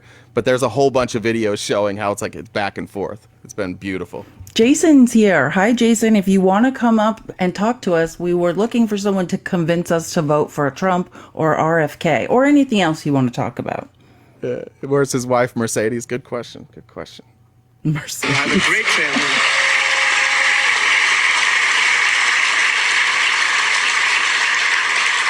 They've had it very easy since I decided to run for politics. They say, thanks a lot, Dad. We appreciate it. But they're strong and they're very capable people, and they love the country. They really do love the country. That's not what you said. That's not what you're going to be yelling in a couple hours, but okay, we'll go with that. Remember when you tried to blame your kids for your financial fraud? Remember that? I think Don did that. I think Don, or maybe it was Eric. Eric's in charge of that. He really did try. Yeah. He really tried to use them as human shields. Nobody could believe China was paying us billions and billions of dollars. Did you hear that? In 25 years, they paid us nothing, zero, not 10 cents. I was getting billions of dollars, and they were happy about it, as happy as you can be. Real quick? Of course. Yeah, so the reason China was happy about sending the United States billions of dollars is when Trump was like, all right, China, you're going to pay us billions of dollars in tariffs. And China was like, how's that going to work? And he said, when you ship goods to America, the people who pick up the goods are going to have to pay tariffs. And the Chinese said, okay, so they're going to pay the tariffs? And Trump said, yeah, you're going to pay the tariffs. And they were like, okay, yeah, deal. Yeah, the reason China doesn't care about paying billions and billions of dollars is because they didn't pay billions and billions of dollars. Americans did. The taxpayers bailed out the tariffs you promised to the farmers so that the farming industry in America didn't crash. China has been paying us nothing, and now instead of them paying nothing, we're charging Americans billions of dollars. Trump 2024. Was getting billions of dollars, and they were happy about it, as happy as you can be. Of course, maybe there's reasons for things having happened. They were not so happy with certain things, I guess, based on this is his QAnon stuff. Nobody could believe China. Like that's his ode to QAnon. After he's like, oh, China was happy, we were doing great with China. He's like, and then things happened, bad things, and all the QAnon people are literally on Twitter like, he's talking about us. He's doing it. He's doing the code thing again. He's doing Cheryl. He's doing the code. Cheryl comes. Did he say it? Did he say it? He said it. That's true. That was their moment right there. But COVID, I don't even talk about that. Oh, except COVID you do. Was such a horrible thing. It started in the Wuhan labs, just as I said. I just need to point out, this man, in pretty much all the speeches, because I never miss one, whines that he didn't get enough credit for COVID. And also, we're talking about millions of people died, and this man whines he doesn't get credit for COVID. And last night's like, I don't really talk about this much. Also, just to point out, do we know that the virus started in the Wuhan lab? We do not. We do not know. We still are unaware of where the virus came from, and we likely will never know because China's not going to really let us find out. But they won't let you and investigators anywhere near there. This is a nod to QAnon, but I'd like to point out that Donald Trump was the president at this time. Donald Trump is the one that had Fauci in charge. Like, Donald Trump is the one that overall he was supposed to be responsible for this. So any of this stuff that happened at the Wuhan lab, happened while Trump was president. His people that he put in place obviously didn't get shit done, if that's going to be your conspiracy. So again, a Donald Trump presidency did not prevent, if his conspiracy is correct about China, like him being president, he was so inept that they couldn't even catch that, right? They couldn't even figure that out. They still don't even know where it came from. They couldn't get answers from China. China respects him and loves him so much that they won't give him access to even give him answers to anything. Guys, tap the screen. Let's get to 200K. We're almost there. And this is I'm just finishing this clip. The Wuhan labs, and it came out, I believe, through incompetence. I believe it was incompetence. Some people think it wasn't. But His incompetence. Airborne. It was actually airborne. Regardless, it was airborne. $60 trillion worth of damage and death all over the world. And we did a fantastic job on that. We never got credit for that. Unbelievable. Never got credit for the millions of deaths. Oh, I'd give you credit for it. Like I give you the credit, Don. Yeah, you can have it. We never got credit for that. Unbelievable job on that. We came up with things that nobody thought was possible. Don't forget, when it came in, nobody had an idea. Like that light that cleanses, that cures COVID, the light that you just shine onto your body and then you're cured. Yeah, I thought that was pretty, we came up with things that nobody had ever thought of. Yep, you did. You came up with a lot of things that nobody had ever thought of, Don. That's not a brag. That's not a flex. You said we should shine lights in people. That's what you said. You said people should, maybe we get some bleach in their bodies. Would that help? Yeah, nobody had ever thought of that. It's true, Donald. Well done. And I'm sorry you're not getting the credit you deserve for that. Maybe he could take some of that money he's getting from Christian nationalists and just run commercials reminding the American public that it was he who said we should maybe inject bleach. It was he that said we should just shine a bright light. I think Republicans, maybe when Lara Trump takes over the RNC, we could start running ads and make sure that he's getting credit for those ideas. I agree. I want Donald Trump to get credit for his ideas. Yeah, and Fauci worked for Donald Trump. Like, I do think Donald Trump wants people to misremember that story. What it was. They didn't even use the word pandemic. Nobody had an idea. I just needed you to hear that last sniff at the end. I'm sorry, because it was so, like, what in the world is going on? My favorite part of Trump is the self-reports of him. He's like, when he said nobody had ever heard the word pandemic. No, fucking everybody had, but not you, because we saw your grades. You were a 1.3 GPA student. That was the first time he heard that word. He's like, pandemic? What do you mean by this? Like, well, Donald, you know when you get sicky sicks and you get the sniffles and it's not the sniffles you have now and you don't feel good? Yeah, that's called a virus. And if that virus spreads quickly, we call that a pandemic because it affects lots of people. I've never heard of this. We have to tell the American people about this word pandemic. They've never heard it either. Like, it's so stupid. Why does he talk like that?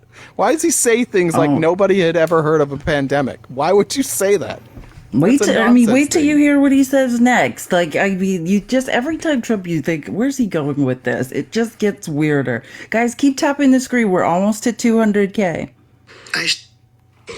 I say, don't ever shoot our soldiers again. Don't ever do it. Very interesting. What happened is that, we were having, during the Obama administration, previously, they were shooting a lot of our soldiers. And I let them know. I said, don't ever let that happen. I said, in a rather nasty fashion. We don't have to go into it tonight. We don't have to go into it tonight because I made it up right now. Yeah, what he did is he called ISIS. He found their 1-800 number, and he called them. He's like, don't do that. And they were like, all right, sorry. In a very nasty fashion. I think you should have done it more nastily. Yeah, I don't, there were deaths. There were United States deaths throughout the Trump presidency at the hands of ISIS. I don't know what he's talking about. I heard this live last night. It came out of nowhere, but he's now making the claim that, like, as the president, that there were no U.S. troops killed in Afghanistan or by ISIS. Yeah, he tries to allude to that, but yeah, that was one of the things that, like I said, I never heard so much fact checking of Trump. Like this. Luckily, Jesse Waters probably will fact check it. Yeah, he got right on that. Do you have that clip next? Yeah, he got right on there to fact check Trump because he's always the one doing it. So Did you hear that? Did you hear that? Just, I need you to hear the beginning. to take back our country. We're going to make sure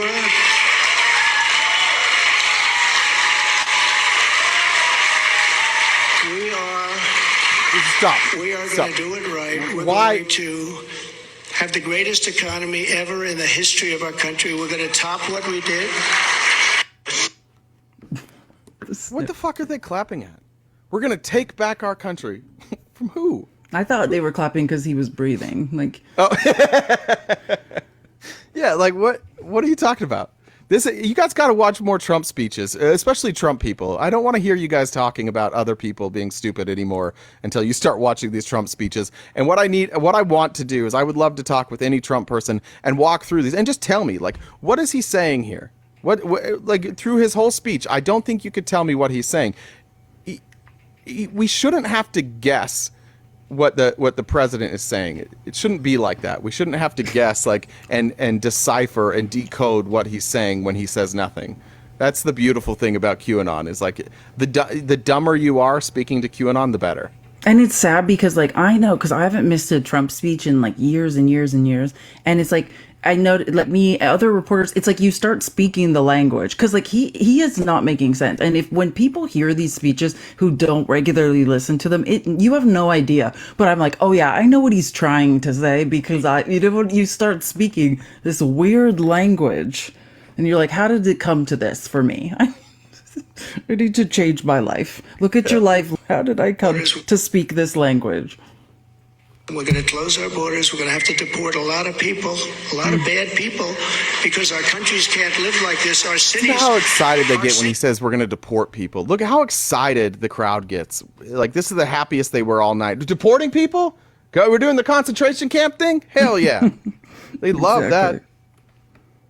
A lot of people, a lot of bad people, because our countries can't live like this. Our cities are choking to death. Our states are dying, and frankly, our country is. He said, "Our countries can't live like this. Our cities are choking to death. Our states are dying." In case anyone missed the quote, that makes no sense. Yeah, here comes the third world country shit. Dying, and we're going to make America great again, greater than ever before.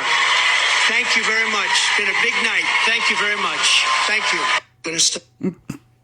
Imagine having the biggest electoral victory by a non-incumbent ever, and going out and spending 20 minutes complaining and whining about shit. Like, just not advocating for any change. Like, when he says, like, we're just going to make America great. Everything is the worst, and we're going to make it better. Like, that's the speech. Like, that's the guy who won the most on Super Tuesday ever. It wasn't an incumbent. That's the biggest win on a Super Tuesday ever. And he just spent 20 minutes just complaining about how bad things are and not telling you at all what he's going to do to fix it. Just hoping that you guys will continue to be like, oh, well, he said he'll fix it, so he'll fix it. He's Donald Trump. He's a billionaire. And I again want to just point out, I think it's like, when you look at the Super Tuesday results, because like the headlines were like Biden, Trump win big, like ready to face off in general election. Like when you look, Trump like maybe had, I think, a couple states he won by like 80%. Whereas Biden, there were only 2 states he didn't win by 80. Like, Trump is having huge chunks of his electorate carved out, like saying if Nikki Haley's not an option, I'm not going to vote for Trump. It's very interesting to listen to all this. Okay, yeah. So now let's listen to some of, like, Rachel Maddow oh man, it was such a great night on MSNBC. All the usual suspects were there, and they broke into fact check Trump. Not only the man who is likely to be the Republican candidate for president, but this is the way he's running. Well, here's how we balance it. Yeah. Why don't we fact check the hell out of him? Yes, and we do that after the fact, and that is the best remedy that we've got. It does not fix the fact that we broadcast it. But it's honestly stunning that he's saying these things. Yeah. And they're saying, like, it doesn't fix the fact we actually have to sit here and listen to all these lives, but, like, we're going to make sure, to correct them. We do that after the fact, and that is the best remedy that we've got. It does not fix the fact that we broadcast it. But it's honestly. stunning that he's saying these things and people are hearing it. Let's just go through it, right? That we have the most devastating economy. Are you kidding me? We have had the best economic recovery of any country in the developed world. He's telling an audience right there, oh my goodness, the paltry oil production. We're producing more oil today than we ever have in the history of our country. Think about the American Rescue Plan, the infrastructure plan. We have created more jobs, 3.2 million more jobs than we had pre-pandemic. The problem that we do have is inflation. And so what Donald Trump does is prey upon the fact that people don't necessarily feel good and life's expensive. But when it comes to facts, here's something that's absolutely nonsensical and infuriating. When people's wages go up, they credit themselves. They say, I'm good at my job, I just got a raise. But when everything costs more, they blame the government. And wages are up, which is a huge positive. And one of those reasons wages are up is all the union wins in the last 2 years. And remember, President Biden has stood with those unions. The most pro-union president in American history. Can I just give you 4 numbers? I just was literally Googling and I just pulled up these 4 numbers. This is the gross domestic product in the country. In 2019, it was plus 2.3%. In 2020, it was negative 2.8%. That is the election year. That is the reason Donald Trump didn't get reelected. That was part of it. 2021, it was 5.9. And I was just going to say that. And 1.9 in 2022. Those 4 numbers. 2.3, negative 2.8, 5.9, and 1.9. There's one factor in all 4 of those, and Lawrence just said it. Donald Trump had one job. He had one crisis. He's saying, oh, all of these things were perfect. You had one crisis, bruh. It was called the pandemic. And you know what you did? You bollocksed it completely. You did not only the man who was... Bollocks. I like the use of bollocks. I love Joy Reid. Who was speaking first? Rachel Maddow, and then Stephanie Rule, and then Joy Reid. Okay, so Stephanie Rule, right? Did I say that right? She made a good point, and I think this is often overlooked. Under Joe Biden, wages are up, and in order to decipher whether or not like wages going up is like better than previous, is you compare that against inflation, right? So if wages are outpacing inflation, we know throughout the Trump years that wages were not outpacing inflation. Inflation was beating wages. And so it even though people were making more money, their buying power was less, it wasn't really like a raise. But we know from Joe Biden, he took over at 9% inflation. It's hovering in the 3s now, right? So if we have wages that have gone up and inflation has gotten lower, then we have people with more money in their pocket. There's a lot of stuff that we still need to fix. There's a lot of things we can still do. But statistically, people have more money in their pocket under Joe Biden than Trump. And it's getting better. It's getting better every single, like month over month, it's getting better. So we can talk about like there's more debt now, and a lot of that's COVID related, but the truth is like inflation is coming down, wages are going up. That's the sign that our economy is operating correctly, and that it's operating in a more fair way when inflation drops and wages go up. And I was, this isn't in the outline, so don't like worry about it. But this morning I was, I've been on this MSNBC kick. I don't know if it was 4 a.m. It was sometime. It was very early morning, Joe, because this is the stuff that we are going to hear Dark B speak to tomorrow at the State of the Union. So I actually recorded they had an economist on who was kind of saying a lot of what Jay said, but with a few more, graphs and charts. So I just want to play this because, I want to just give the outlook of the economy and a lot of what we will probably hear tomorrow. Let's start with jobs. So since Biden took office, the economy has created 410,000 new jobs a month. And yes, some of that was coming out of COVID. So if you back out COVID, 290,000 jobs per month. This is more jobs per month than any president has created in history. So even when you take out the COVID factor, right? Because that's what everyone likes to say. Oh, he got the bounce back from COVID. So even when you take out those jobs, which Gavin Newsom does when he debates as well, still the most jobs created by any president in history at 293,000. Hey, Steve, I'm sorry. My earpiece just went out. Could you repeat that last line Yeah, we again? didn't hear that. Even very after you clearly. take out the COVID recovery, Yeah. this is more jobs per month than any president has averaged in history. Oh. In history, you mean In history. You're like, Because yes. that job growth has fueled a lot of economic growth. 8.6% cumulative GDP growth in his first 3 years, more than Donald Trump in his first 3 years. Yeah, which is, I just want to get that right. So 8.6% GDP growth in his first 3 years for Biden, 6.5% growth in his first 3 years for Donald Trump. So again, not factoring in COVID. Biden is better. Yeah, and when you're I'll get to that graph later. Actually, keep going with that. Second only in recent history to Bill Clinton, who took office, as you'll recall. Yeah, and Bill Clinton was at 9.8. So the only person that has beat Joe Biden in first 3 years of presidency GDP is Bill Clinton at 9.8%. You're muted.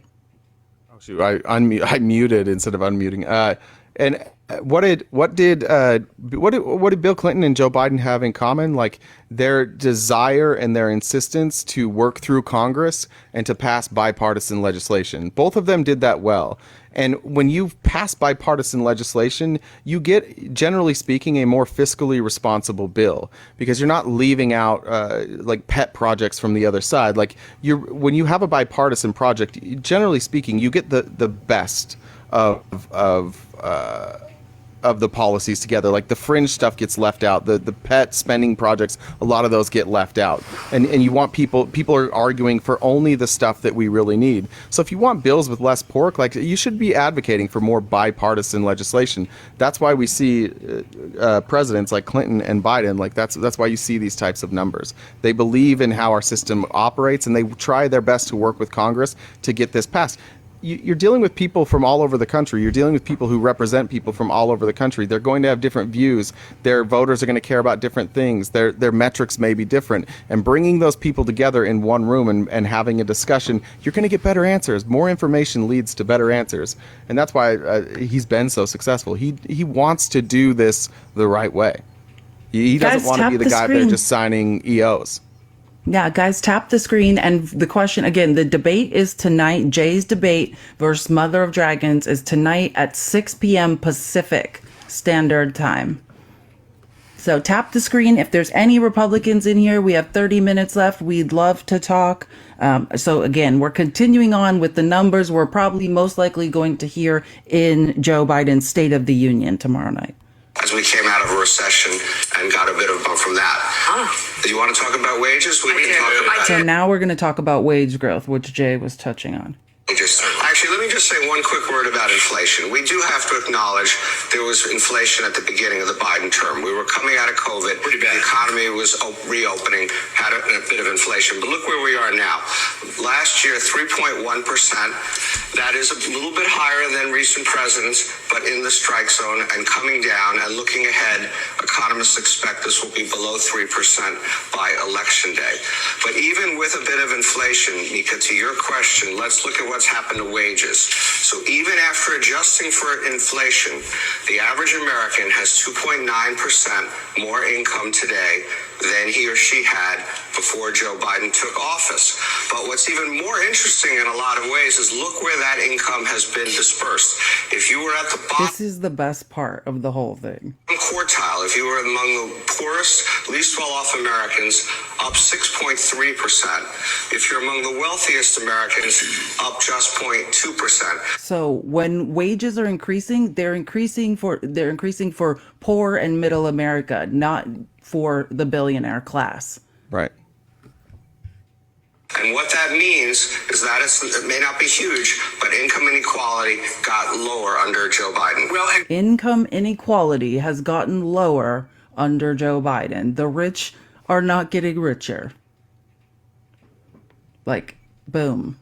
And again, it's not like sexy big numbers, but we're just seeing month over month real growth. Like I'm looking at real wages from December to January. That's the report we got, up 0.3%. Previous to that, it was up 0.6%. Like we're talking about like fractions of percentage points, but they add up, and they're adding up month over month to meaning that we are on our way to getting to having a more equitable system.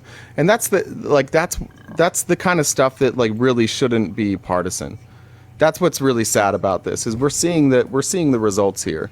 We're seeing in real time, and we know who's struggling in this country. Both parties are talking to the same group of people who are struggling. But only one party is saying like, hey, we're not going to do the sexy work. We're not going to like change how everything operates. We're just month over month going to get a little bit better, and eventually we may start taxing a little bit more. But these Republicans, they're just out there saying like, hey, those billionaire donors need their tax cut. They really need that tax cut. Like, we don't care about the real wages. That billionaire tax cut will do nothing for real wages. And in fact, it will exacerbate income inequality. That's the number one issue in our country, is income inequality. And Republicans will exacerbate that issue. Okay, so this is one of my favorite people on CNN. I think his name he used to be the mayor of New Orleans. His name is Mitch Landrieu. He's a great commentator. And he was on duty last night with Jake Tapper, making some great points. This is just, again, like after I didn't know who that was. That was Landrieu? Okay. Yeah, and this is after Trump spoke. Speak to his supporters. What's your takeaway from the results so far? Well, first of all, my takeaway from Donald Trump's speech was just utter amazement that he thinks that nobody remembers that when he was in office, it wasn't all moonbeams and fairy tales, as though the world was perfect and now it's terrible and he's going to be our savior. I thought, first of all, he was very low energy tonight. And secondly, I think Tom Foreman can confirm this, but most, if not all, of what he said was factually incorrect and is provably incorrect. And to the point where you would think that if his lips are moving, he's lying or he's delusional, one of the two.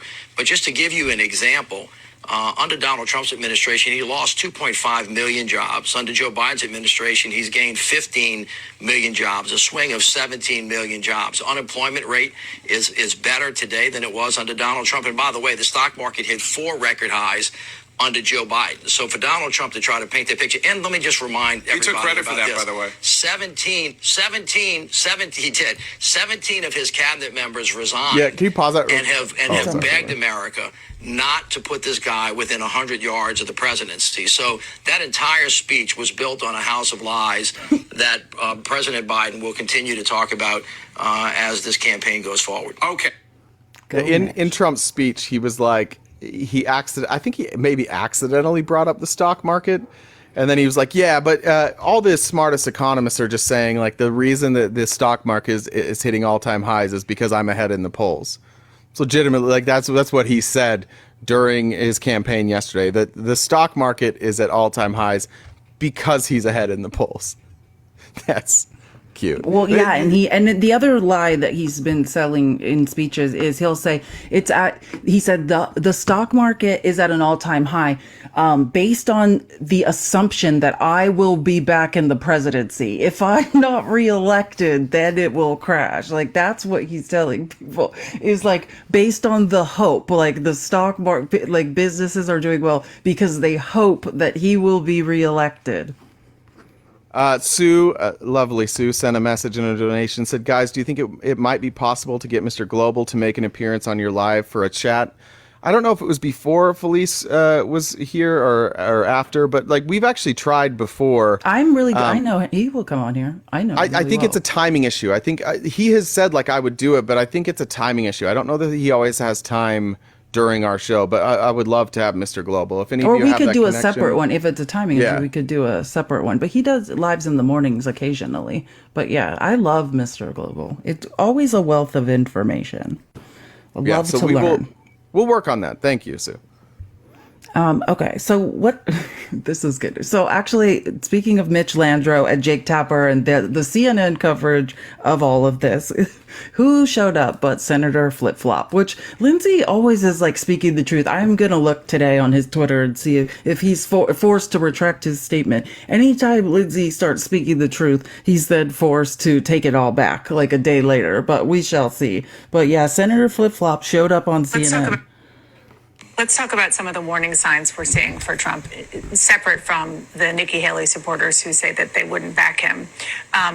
He's struggling among college graduates, moderates, independents. What does Donald Trump need to do differently? What will he do differently to try to lure those voters? I think make it a policy contest.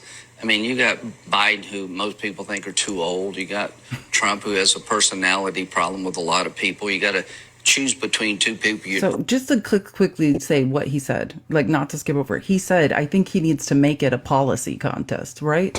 Like, yeah, just start reading Project 2025 out that loud. is the truest thing that Lindsey Graham's ever said. Like, Donald Trump does not know about policy, does not care about policy. The voters he's missing, the ones that are focused on Haley, these are people who are policy focused, who do know the difference between just rambling BS and actually having policy prescriptions. And Lindsey Graham is saying, like, he should make this about policy.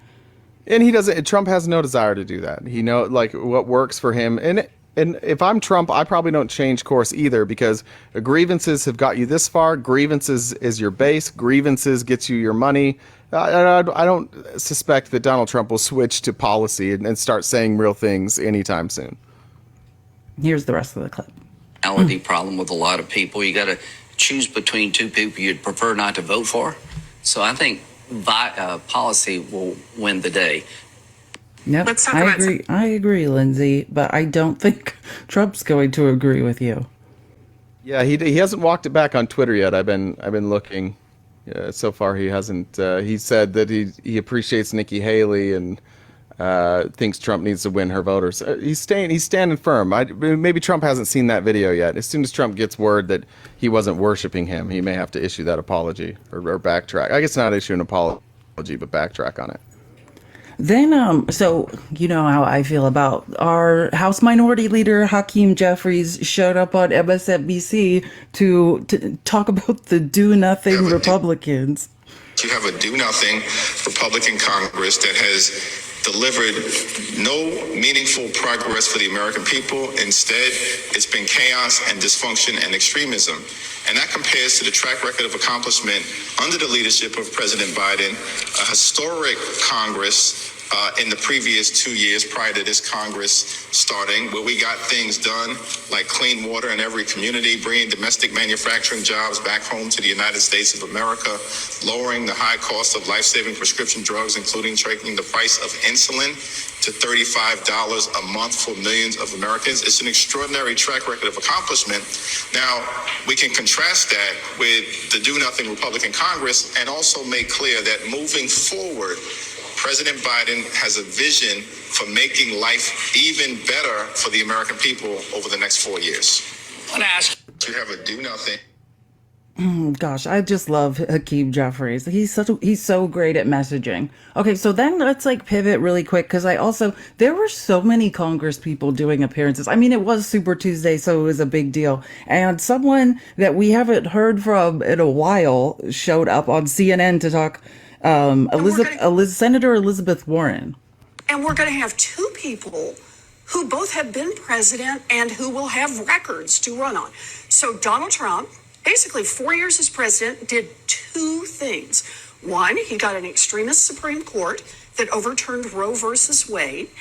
And two, he got the biggest tax cut in a zillion years, $2 trillion, mostly sucked up by millionaires, billionaires, and giant corporations. Joe Biden, in 3 years, has managed to cut costs for working families. So now there's $35 insulin. 4 million people have seen their student loan debt canceled. And he has also brought more fairness to the tax code. First time we have a 15% minimum corporate tax on these billionaire corporations, and largest climate package in the history of the world. So I think what they've done is going to be a big part, certainly not all of it, but a big part of how this election is going to shape up. And we're going to... Absolutely. Now, so think about this. Like, we have the House Republicans, House Democrats, Senate Democrats showing up on media, like, talking about policy. And then I just want to contrast that with what was going over at the Right Side Broadcasting Network. It's like, You know, I talk about like the morning segment with Congress is always Trump fluffing Trump. It's like Trump fluffers come out and just say things. That's how it was yesterday. It was again Margarine Taylor Greene and her boyfriend Brian Glenn. Just, I mean, never a real word about policy, about anything. Out here. Hey, this is what election night looks like. On election night. Go Trump! Trump! Is that March? They're fired up. But it is? Like, rallies are one thing, but election night is a completely other animal. And it does feel like there's a lot of inner. Yeah, they're just literally at a party, right? Like at Mar-a-Lago, essentially. Just yelling things here, just to keep going. Go Trump. They're working hard in the war room right now, tracking the numbers. Yes, in right now, here comes Alina Habba walking in. She can make her way up here, and hopefully, Brian, she could give you some great answers on the state of the weaponized government. Very, very bright attorney, well respected, and we're just so happy she's fighting for President Trump. We are. I mean, she's, I would say, the best that we have, and she is. That might be true. An incredible spokesperson as far as the legal team goes. And hopefully she'll get through here. It might take her a while to get through this crowd. Yeah, we just saw Don Jr. I'd like come to. in. Can we point out that? Can you pause that real quick? Can we just point out real quick that at no point did either of them say that she was a good attorney? She's an incredible spokesperson for the Trump legal stuff. She's a terrible attorney. Might be the best you have. Jr. just came in, and he'll be making his way here in a few minutes. He'll be making his way in to see all of President Trump's supporters.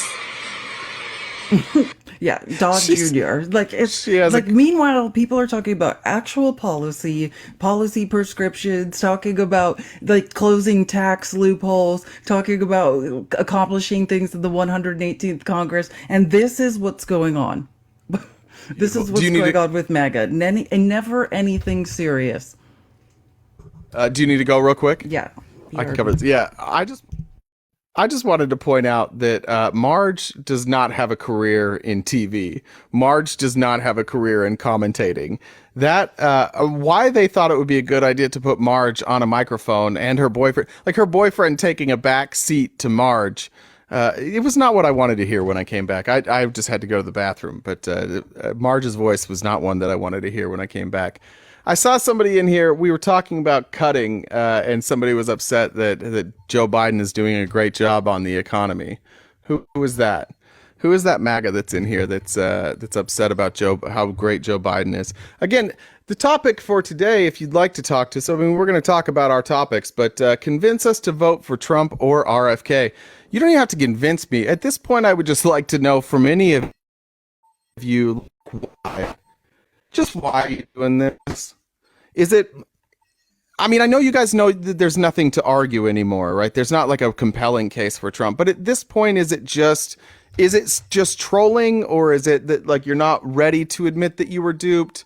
What is it at this point that makes you feel like Donald Trump is our guy? Did you hear the speech he just gave? Could any of you come up and tell me a policy that he wants? Or is this just Joe Biden? And if you're going to say like Joe Biden is a disaster, please explain to me how he's a disaster. Pick a number. Pick something that's happening in this country. Point and show me how it was Joe Biden's fault, and I'll happily agree with you. Happily. What are you going to say? The border? You're going to talk to me about the border? You're going to talk to me about the border that Republicans want to do nothing about? This border crisis that Republicans are desperate to hang on to so they have a chance in the election? Are we going to talk about that? Because you can't talk about the economy. It's better. You can't talk to me about the ability to work across party lines. We're better. I don't even want to hear about wars. Like, how many wars are U.S. troops engaged in right now? None. Joe Biden has kept us out of 2 wars. We could have been there. We could have. You think old tough guy Donald Trump has any problem sending the troops? He sent the troops to the border before. He didn't even pay them. Mr. I respect our soldiers. Send them right down to the border and it's like, hey, by the way, you're just getting normal ass pay right now. There's no combat pay for you.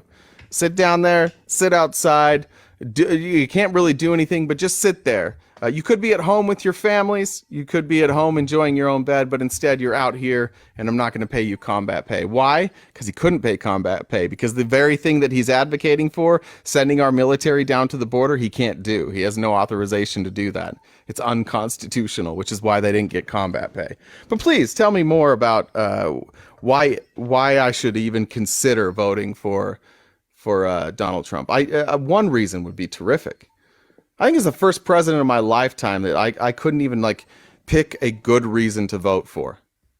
I could have picked a good reason in 2016 when he was a candidate.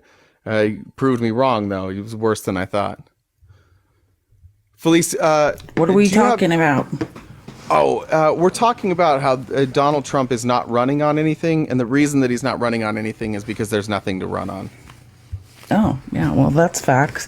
I wanted to point out, something we probably should mention and talk about, which was very interesting. It's the reason that Rachel Maddow was up until 2 a.m, on TV for some reason, was because California polls closed so late. And, what the interesting thing we said we all should watch out for was the Senate primary, right? In California, the coveted Senate seat that rarely comes available. And I said that one of the main issues, I told you, I knew, listen, no offense, but I knew. And he also deserves it. And that's, I think, what the voters showed. And he's smart. The way he ran a very smart campaign. Adam Schiff took first place and essentially chose his opponent, because in California Senate races, it's just whoever the top 2 people are. So it could have been 2 Democrats running against each other for that seat. It could have been a Republican and a Democrat. He did fund the campaign largely of Steve Garvey, who's an ex-baseball player, but honestly, even if he didn't, this is the truth about what happened in that race. Katie Porter completely underperformed, even without the money and the ads that Adam Schiff ran for Steve Garvey. She's so underperformed. It was almost a little shocking how much she underperformed. Yeah, I was blown away by those numbers, and I think that is part of what sucks about politics, is having the money, having a good strategy. That does matter more. I have no problem with Adam Schiff. I think he's did a great job. He has earned the right to run for senator. I think he's put in his time. But again, Katie Porter is one of the most effective communicators of our lifetime. I think she is uniquely good. She's a uniquely good person. And I don't think she really likes playing politics. I think it showed in this election that maybe her strategy struggles, and for us, the American people, that's what's disappointing, is that I don't the best strategy usually wins, not always the best person. And that kind of sucks. Yeah, and I'm just going to, again, I think this is my opinion, because I've just followed Adam Schiff for a long time. I think the California voters overwhelmingly chose him. Also, he outperformed, he broke every fundraising record in a California Senate race. This man was involved in every Trump impeachment. He served on every powerful committee there is to serve on. He's put in all of his time at the House. He showed himself to be overly competent, has delivered win after win for specific, and I'm speaking now specifically for California and the pet projects he's delivered for them. And I think the people showed up and showed out for him. I do say the good thing about California, that if you were somebody who voted for Katie Nancy Porter, endorsed him. That's true. Yeah, good point. Yeah.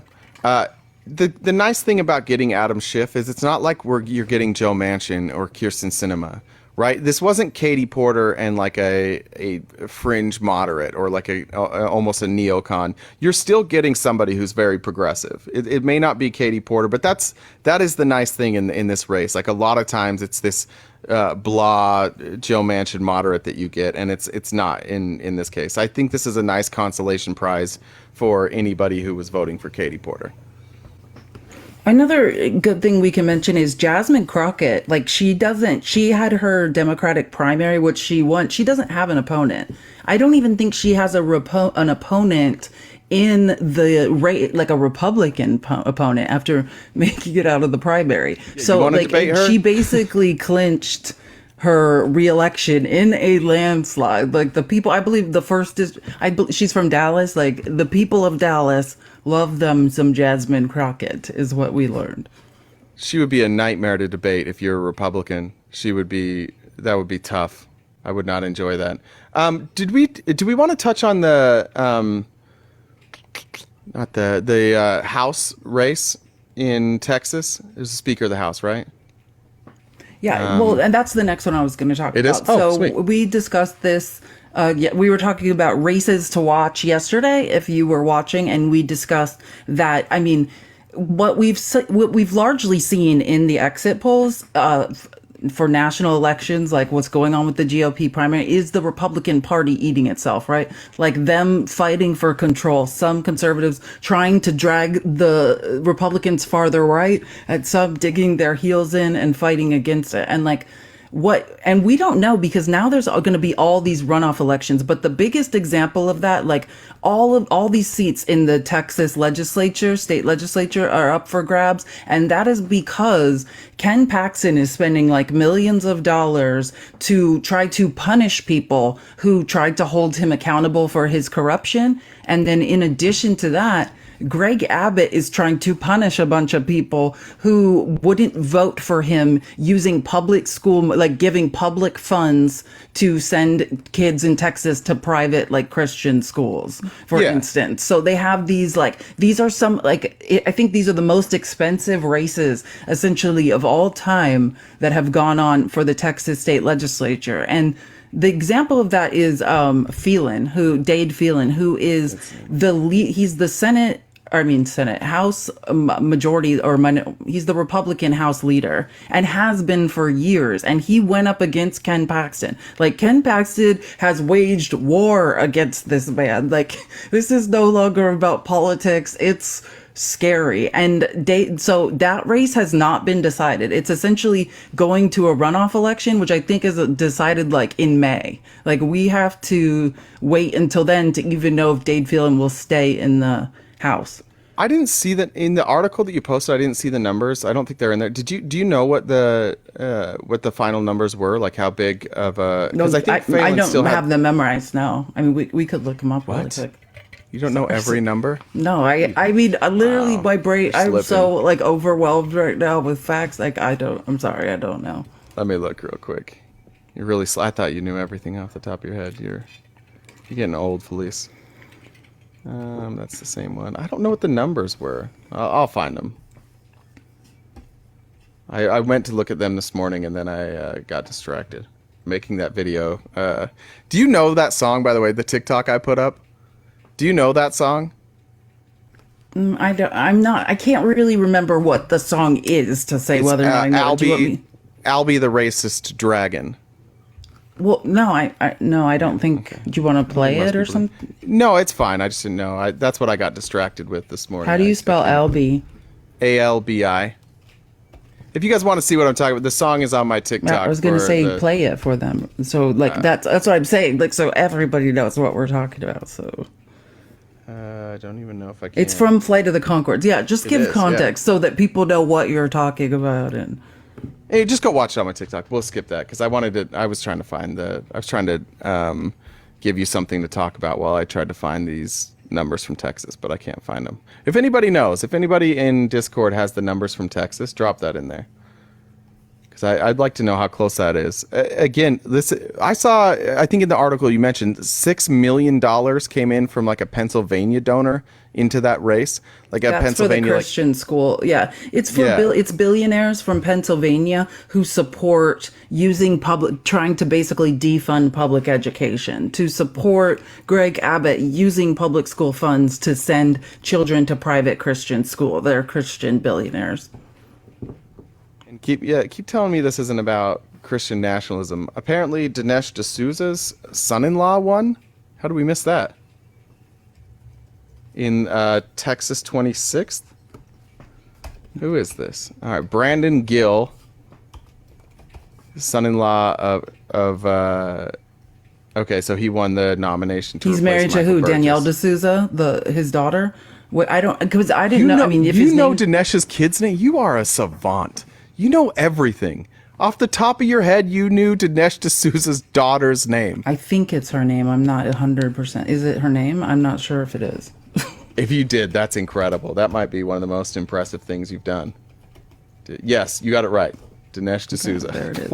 Or Danielle, sorry. Wow, well done. Okay, so that's not ideal. Guys, tap the screen. Let's get to 260K.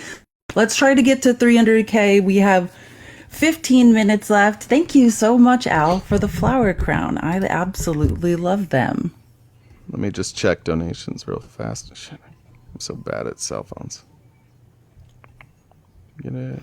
Okay, we're good. All right, well, we got someone in the box. Noah, I don't know. Noah, are you opposition? Just take an opposition right now. If you are, let Jen know. Just comment that you're opposition. We'll be happy to bring you in. Has Trump announced a running mate? I don't think so. Not unless he did it while we were away. It's also good to note that again yesterday, because the news cycle yesterday was out of control. So actually a lot of things were happening that we'll probably talk more about tomorrow. But I just want to mention, because it's absolutely absurd at this point. Like, Gold Bar Bob was hit with another superseding indictment. I don't know where that came from. Superseding indictment, like more obstruction. This man needs to this is the chairman of like the Foreign Relations Committee, like who now it's saying, if I'm not mistaken, because I have not read this superseding indictment. I did not have time yesterday.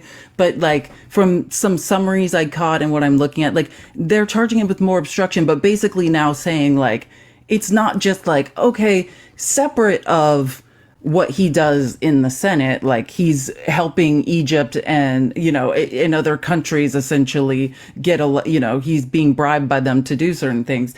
Now I think they're alleging like this does have to do like with his position.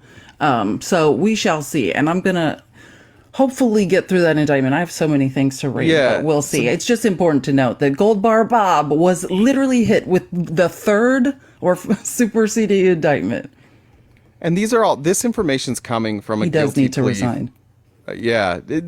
This information is coming from a guilty plea from Jose Uribe. Yeah, basically the number one witness or the holdout who they've been trying to flip has now flipped, is what's happened. He's the co-conspirator, and he admitted to providing Nadine Menendez with a Mercedes-Benz convertible in exchange for the senator's help, as well as, I believe, mortgage payments. Did I get that right? I think there was also mortgage payments involved. Oh, yeah. Oh, there's all sorts of bribes. I mean, that's why we call him Gold Bar Bob. The man's got gold bars, like from Egypt, like from Egyptians. It is. Prosecutors have alleged the senator took gifts, gold bars. I like this, wads of cash, just wads of cash. But it's literally like in the walls of his house. Yeah. Like, I mean, when you read this, I say this, like, I love reading indictments because if people only knew how entertaining these types of crimes are. But yeah, I mean, this sounds like something from like Denzel Washington. What was that movie he was in, like American Gangster or something, where he was like hiding money in the walls? Like, that's what this indictment sounds like. Yeah.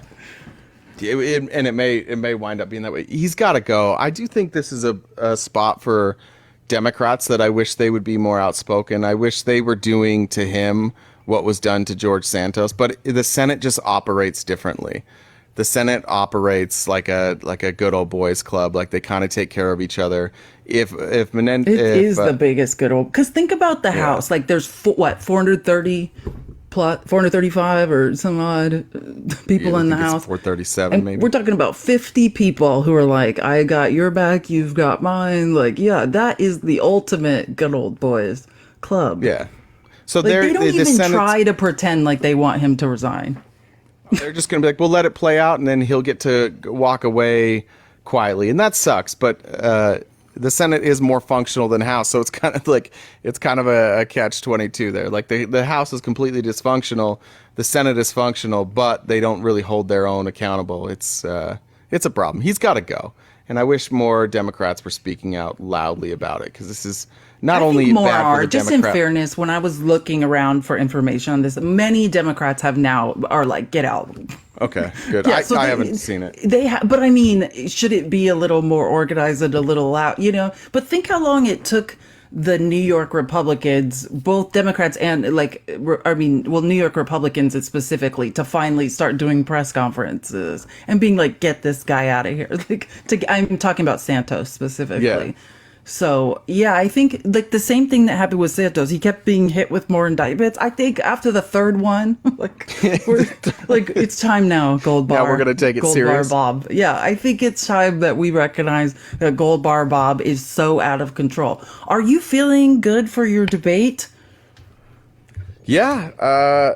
Look, we have a great team of mods. We had a fun call last night, but just a shout out to the moderators. One, I'm not great at being organized. Like, my plan for this debate was to have everything like just tabs open, but our team of moderators has done a good job of putting together a nice Google Doc.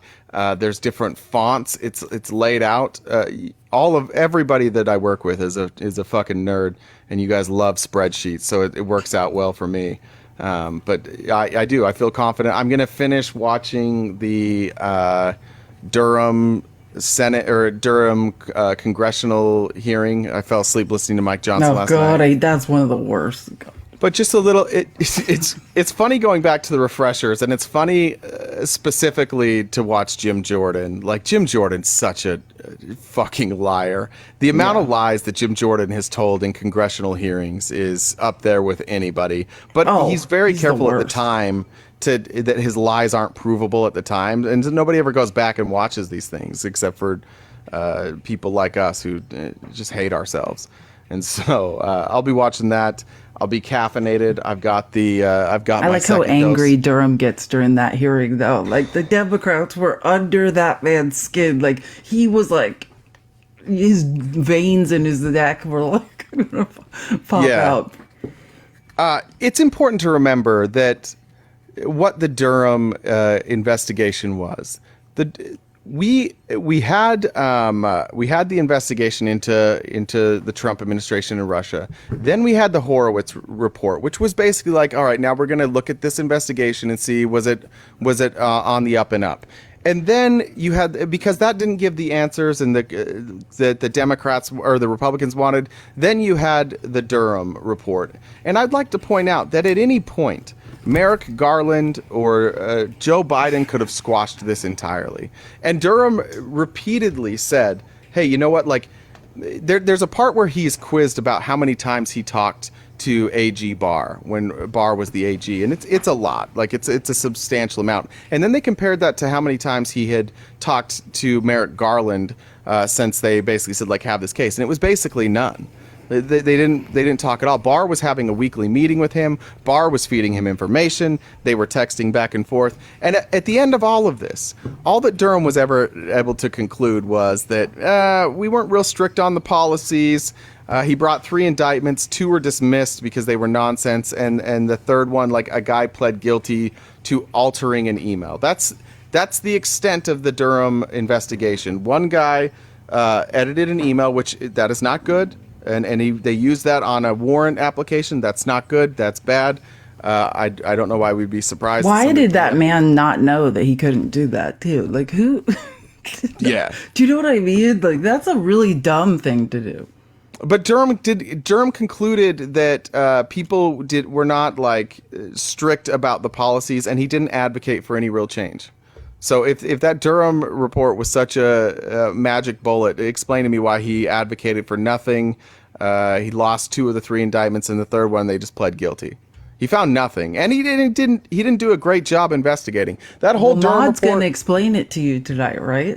Yeah, and what she's gonna say is she's gonna list a whole bunch of things that are like, they didn't interview this person, they didn't interview this person, they didn't interview this person. Which, by the way, they also didn't interview people that were involved in some of the major storylines regarding Trump. They didn't talk to anybody about the Trump Tower meeting. They didn't talk about that at all. In fact, Durham testified. He's like, yeah, I think that was about adoption. And I don't remember. It might have been Adam Schiff. Adam Schiff's like, you just believed that story? We have intelligence from our own intelligence agencies saying that wasn't about adoption. And even that attorney mentioned later on, this was about the Magnitsky Act. That's what they wanted to do. They wanted to undo the Magnitsky Act. So it'll be an interesting debate. I'm looking forward to it. Again, I want to give Maude credit. Not a lot of people are willing to step out and do a one-on-one debate. So I know for a lot of people, Maude is not their favorite, and I feel like her audience feels the exact same way about me. Her and I are going to do our best to have an actual civil debate where we can get through issues. But do I feel confident? Yes. And I feel confident not because of me, but all the facts are on my side. And every single topic that we have, the facts are on my side. The conspiracy theories are on hers. So yes, I feel very confident. Did you read through what were we talking? The acts, like the acts in service of the criminal enterprise? Yeah, the book of study for the Bible. Did you read the book of Acts in the New Testament to prepare for this debate? The acts in the Georgia indictment. Did you read through them? I did, yeah. So, yeah, I was going through the difference between the Georgia and the federal RICO law. Mo did a great job pointing that out yesterday during our call, just that there is pretty substantial differences, and they are substantial. So, yes. And I will read through them again. Yeah, keep tapping Jay's face, guys. We have about 5 minutes. Do you want to end early so you can start getting mentally prepared for...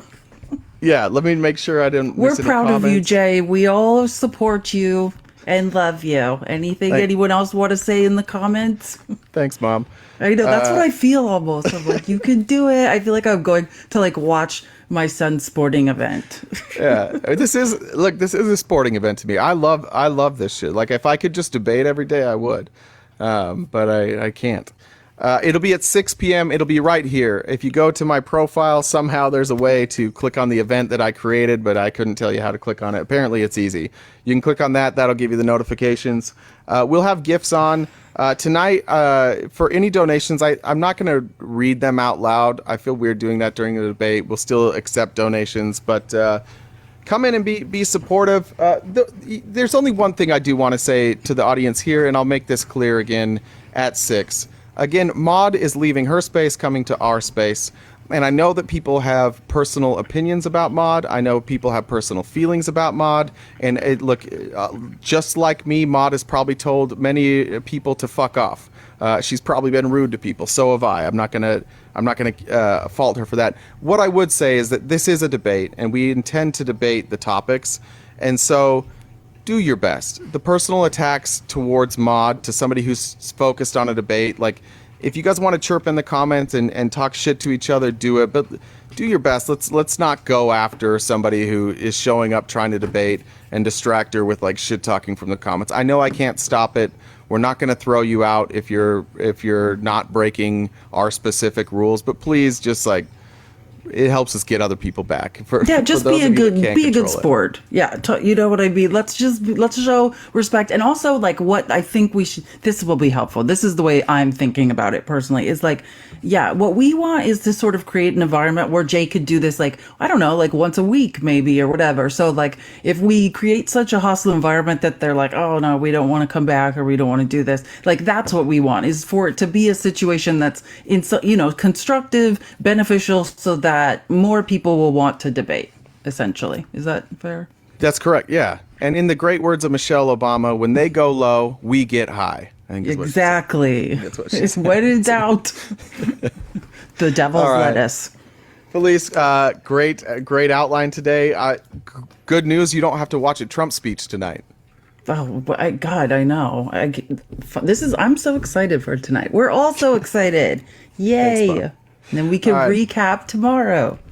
Yeah, we'll recap tomorrow. We may open it up to a panel at the end if people want to talk. We'll see. I'll see how long it goes. There's no time limit, so this could go on all night. It could just go all night.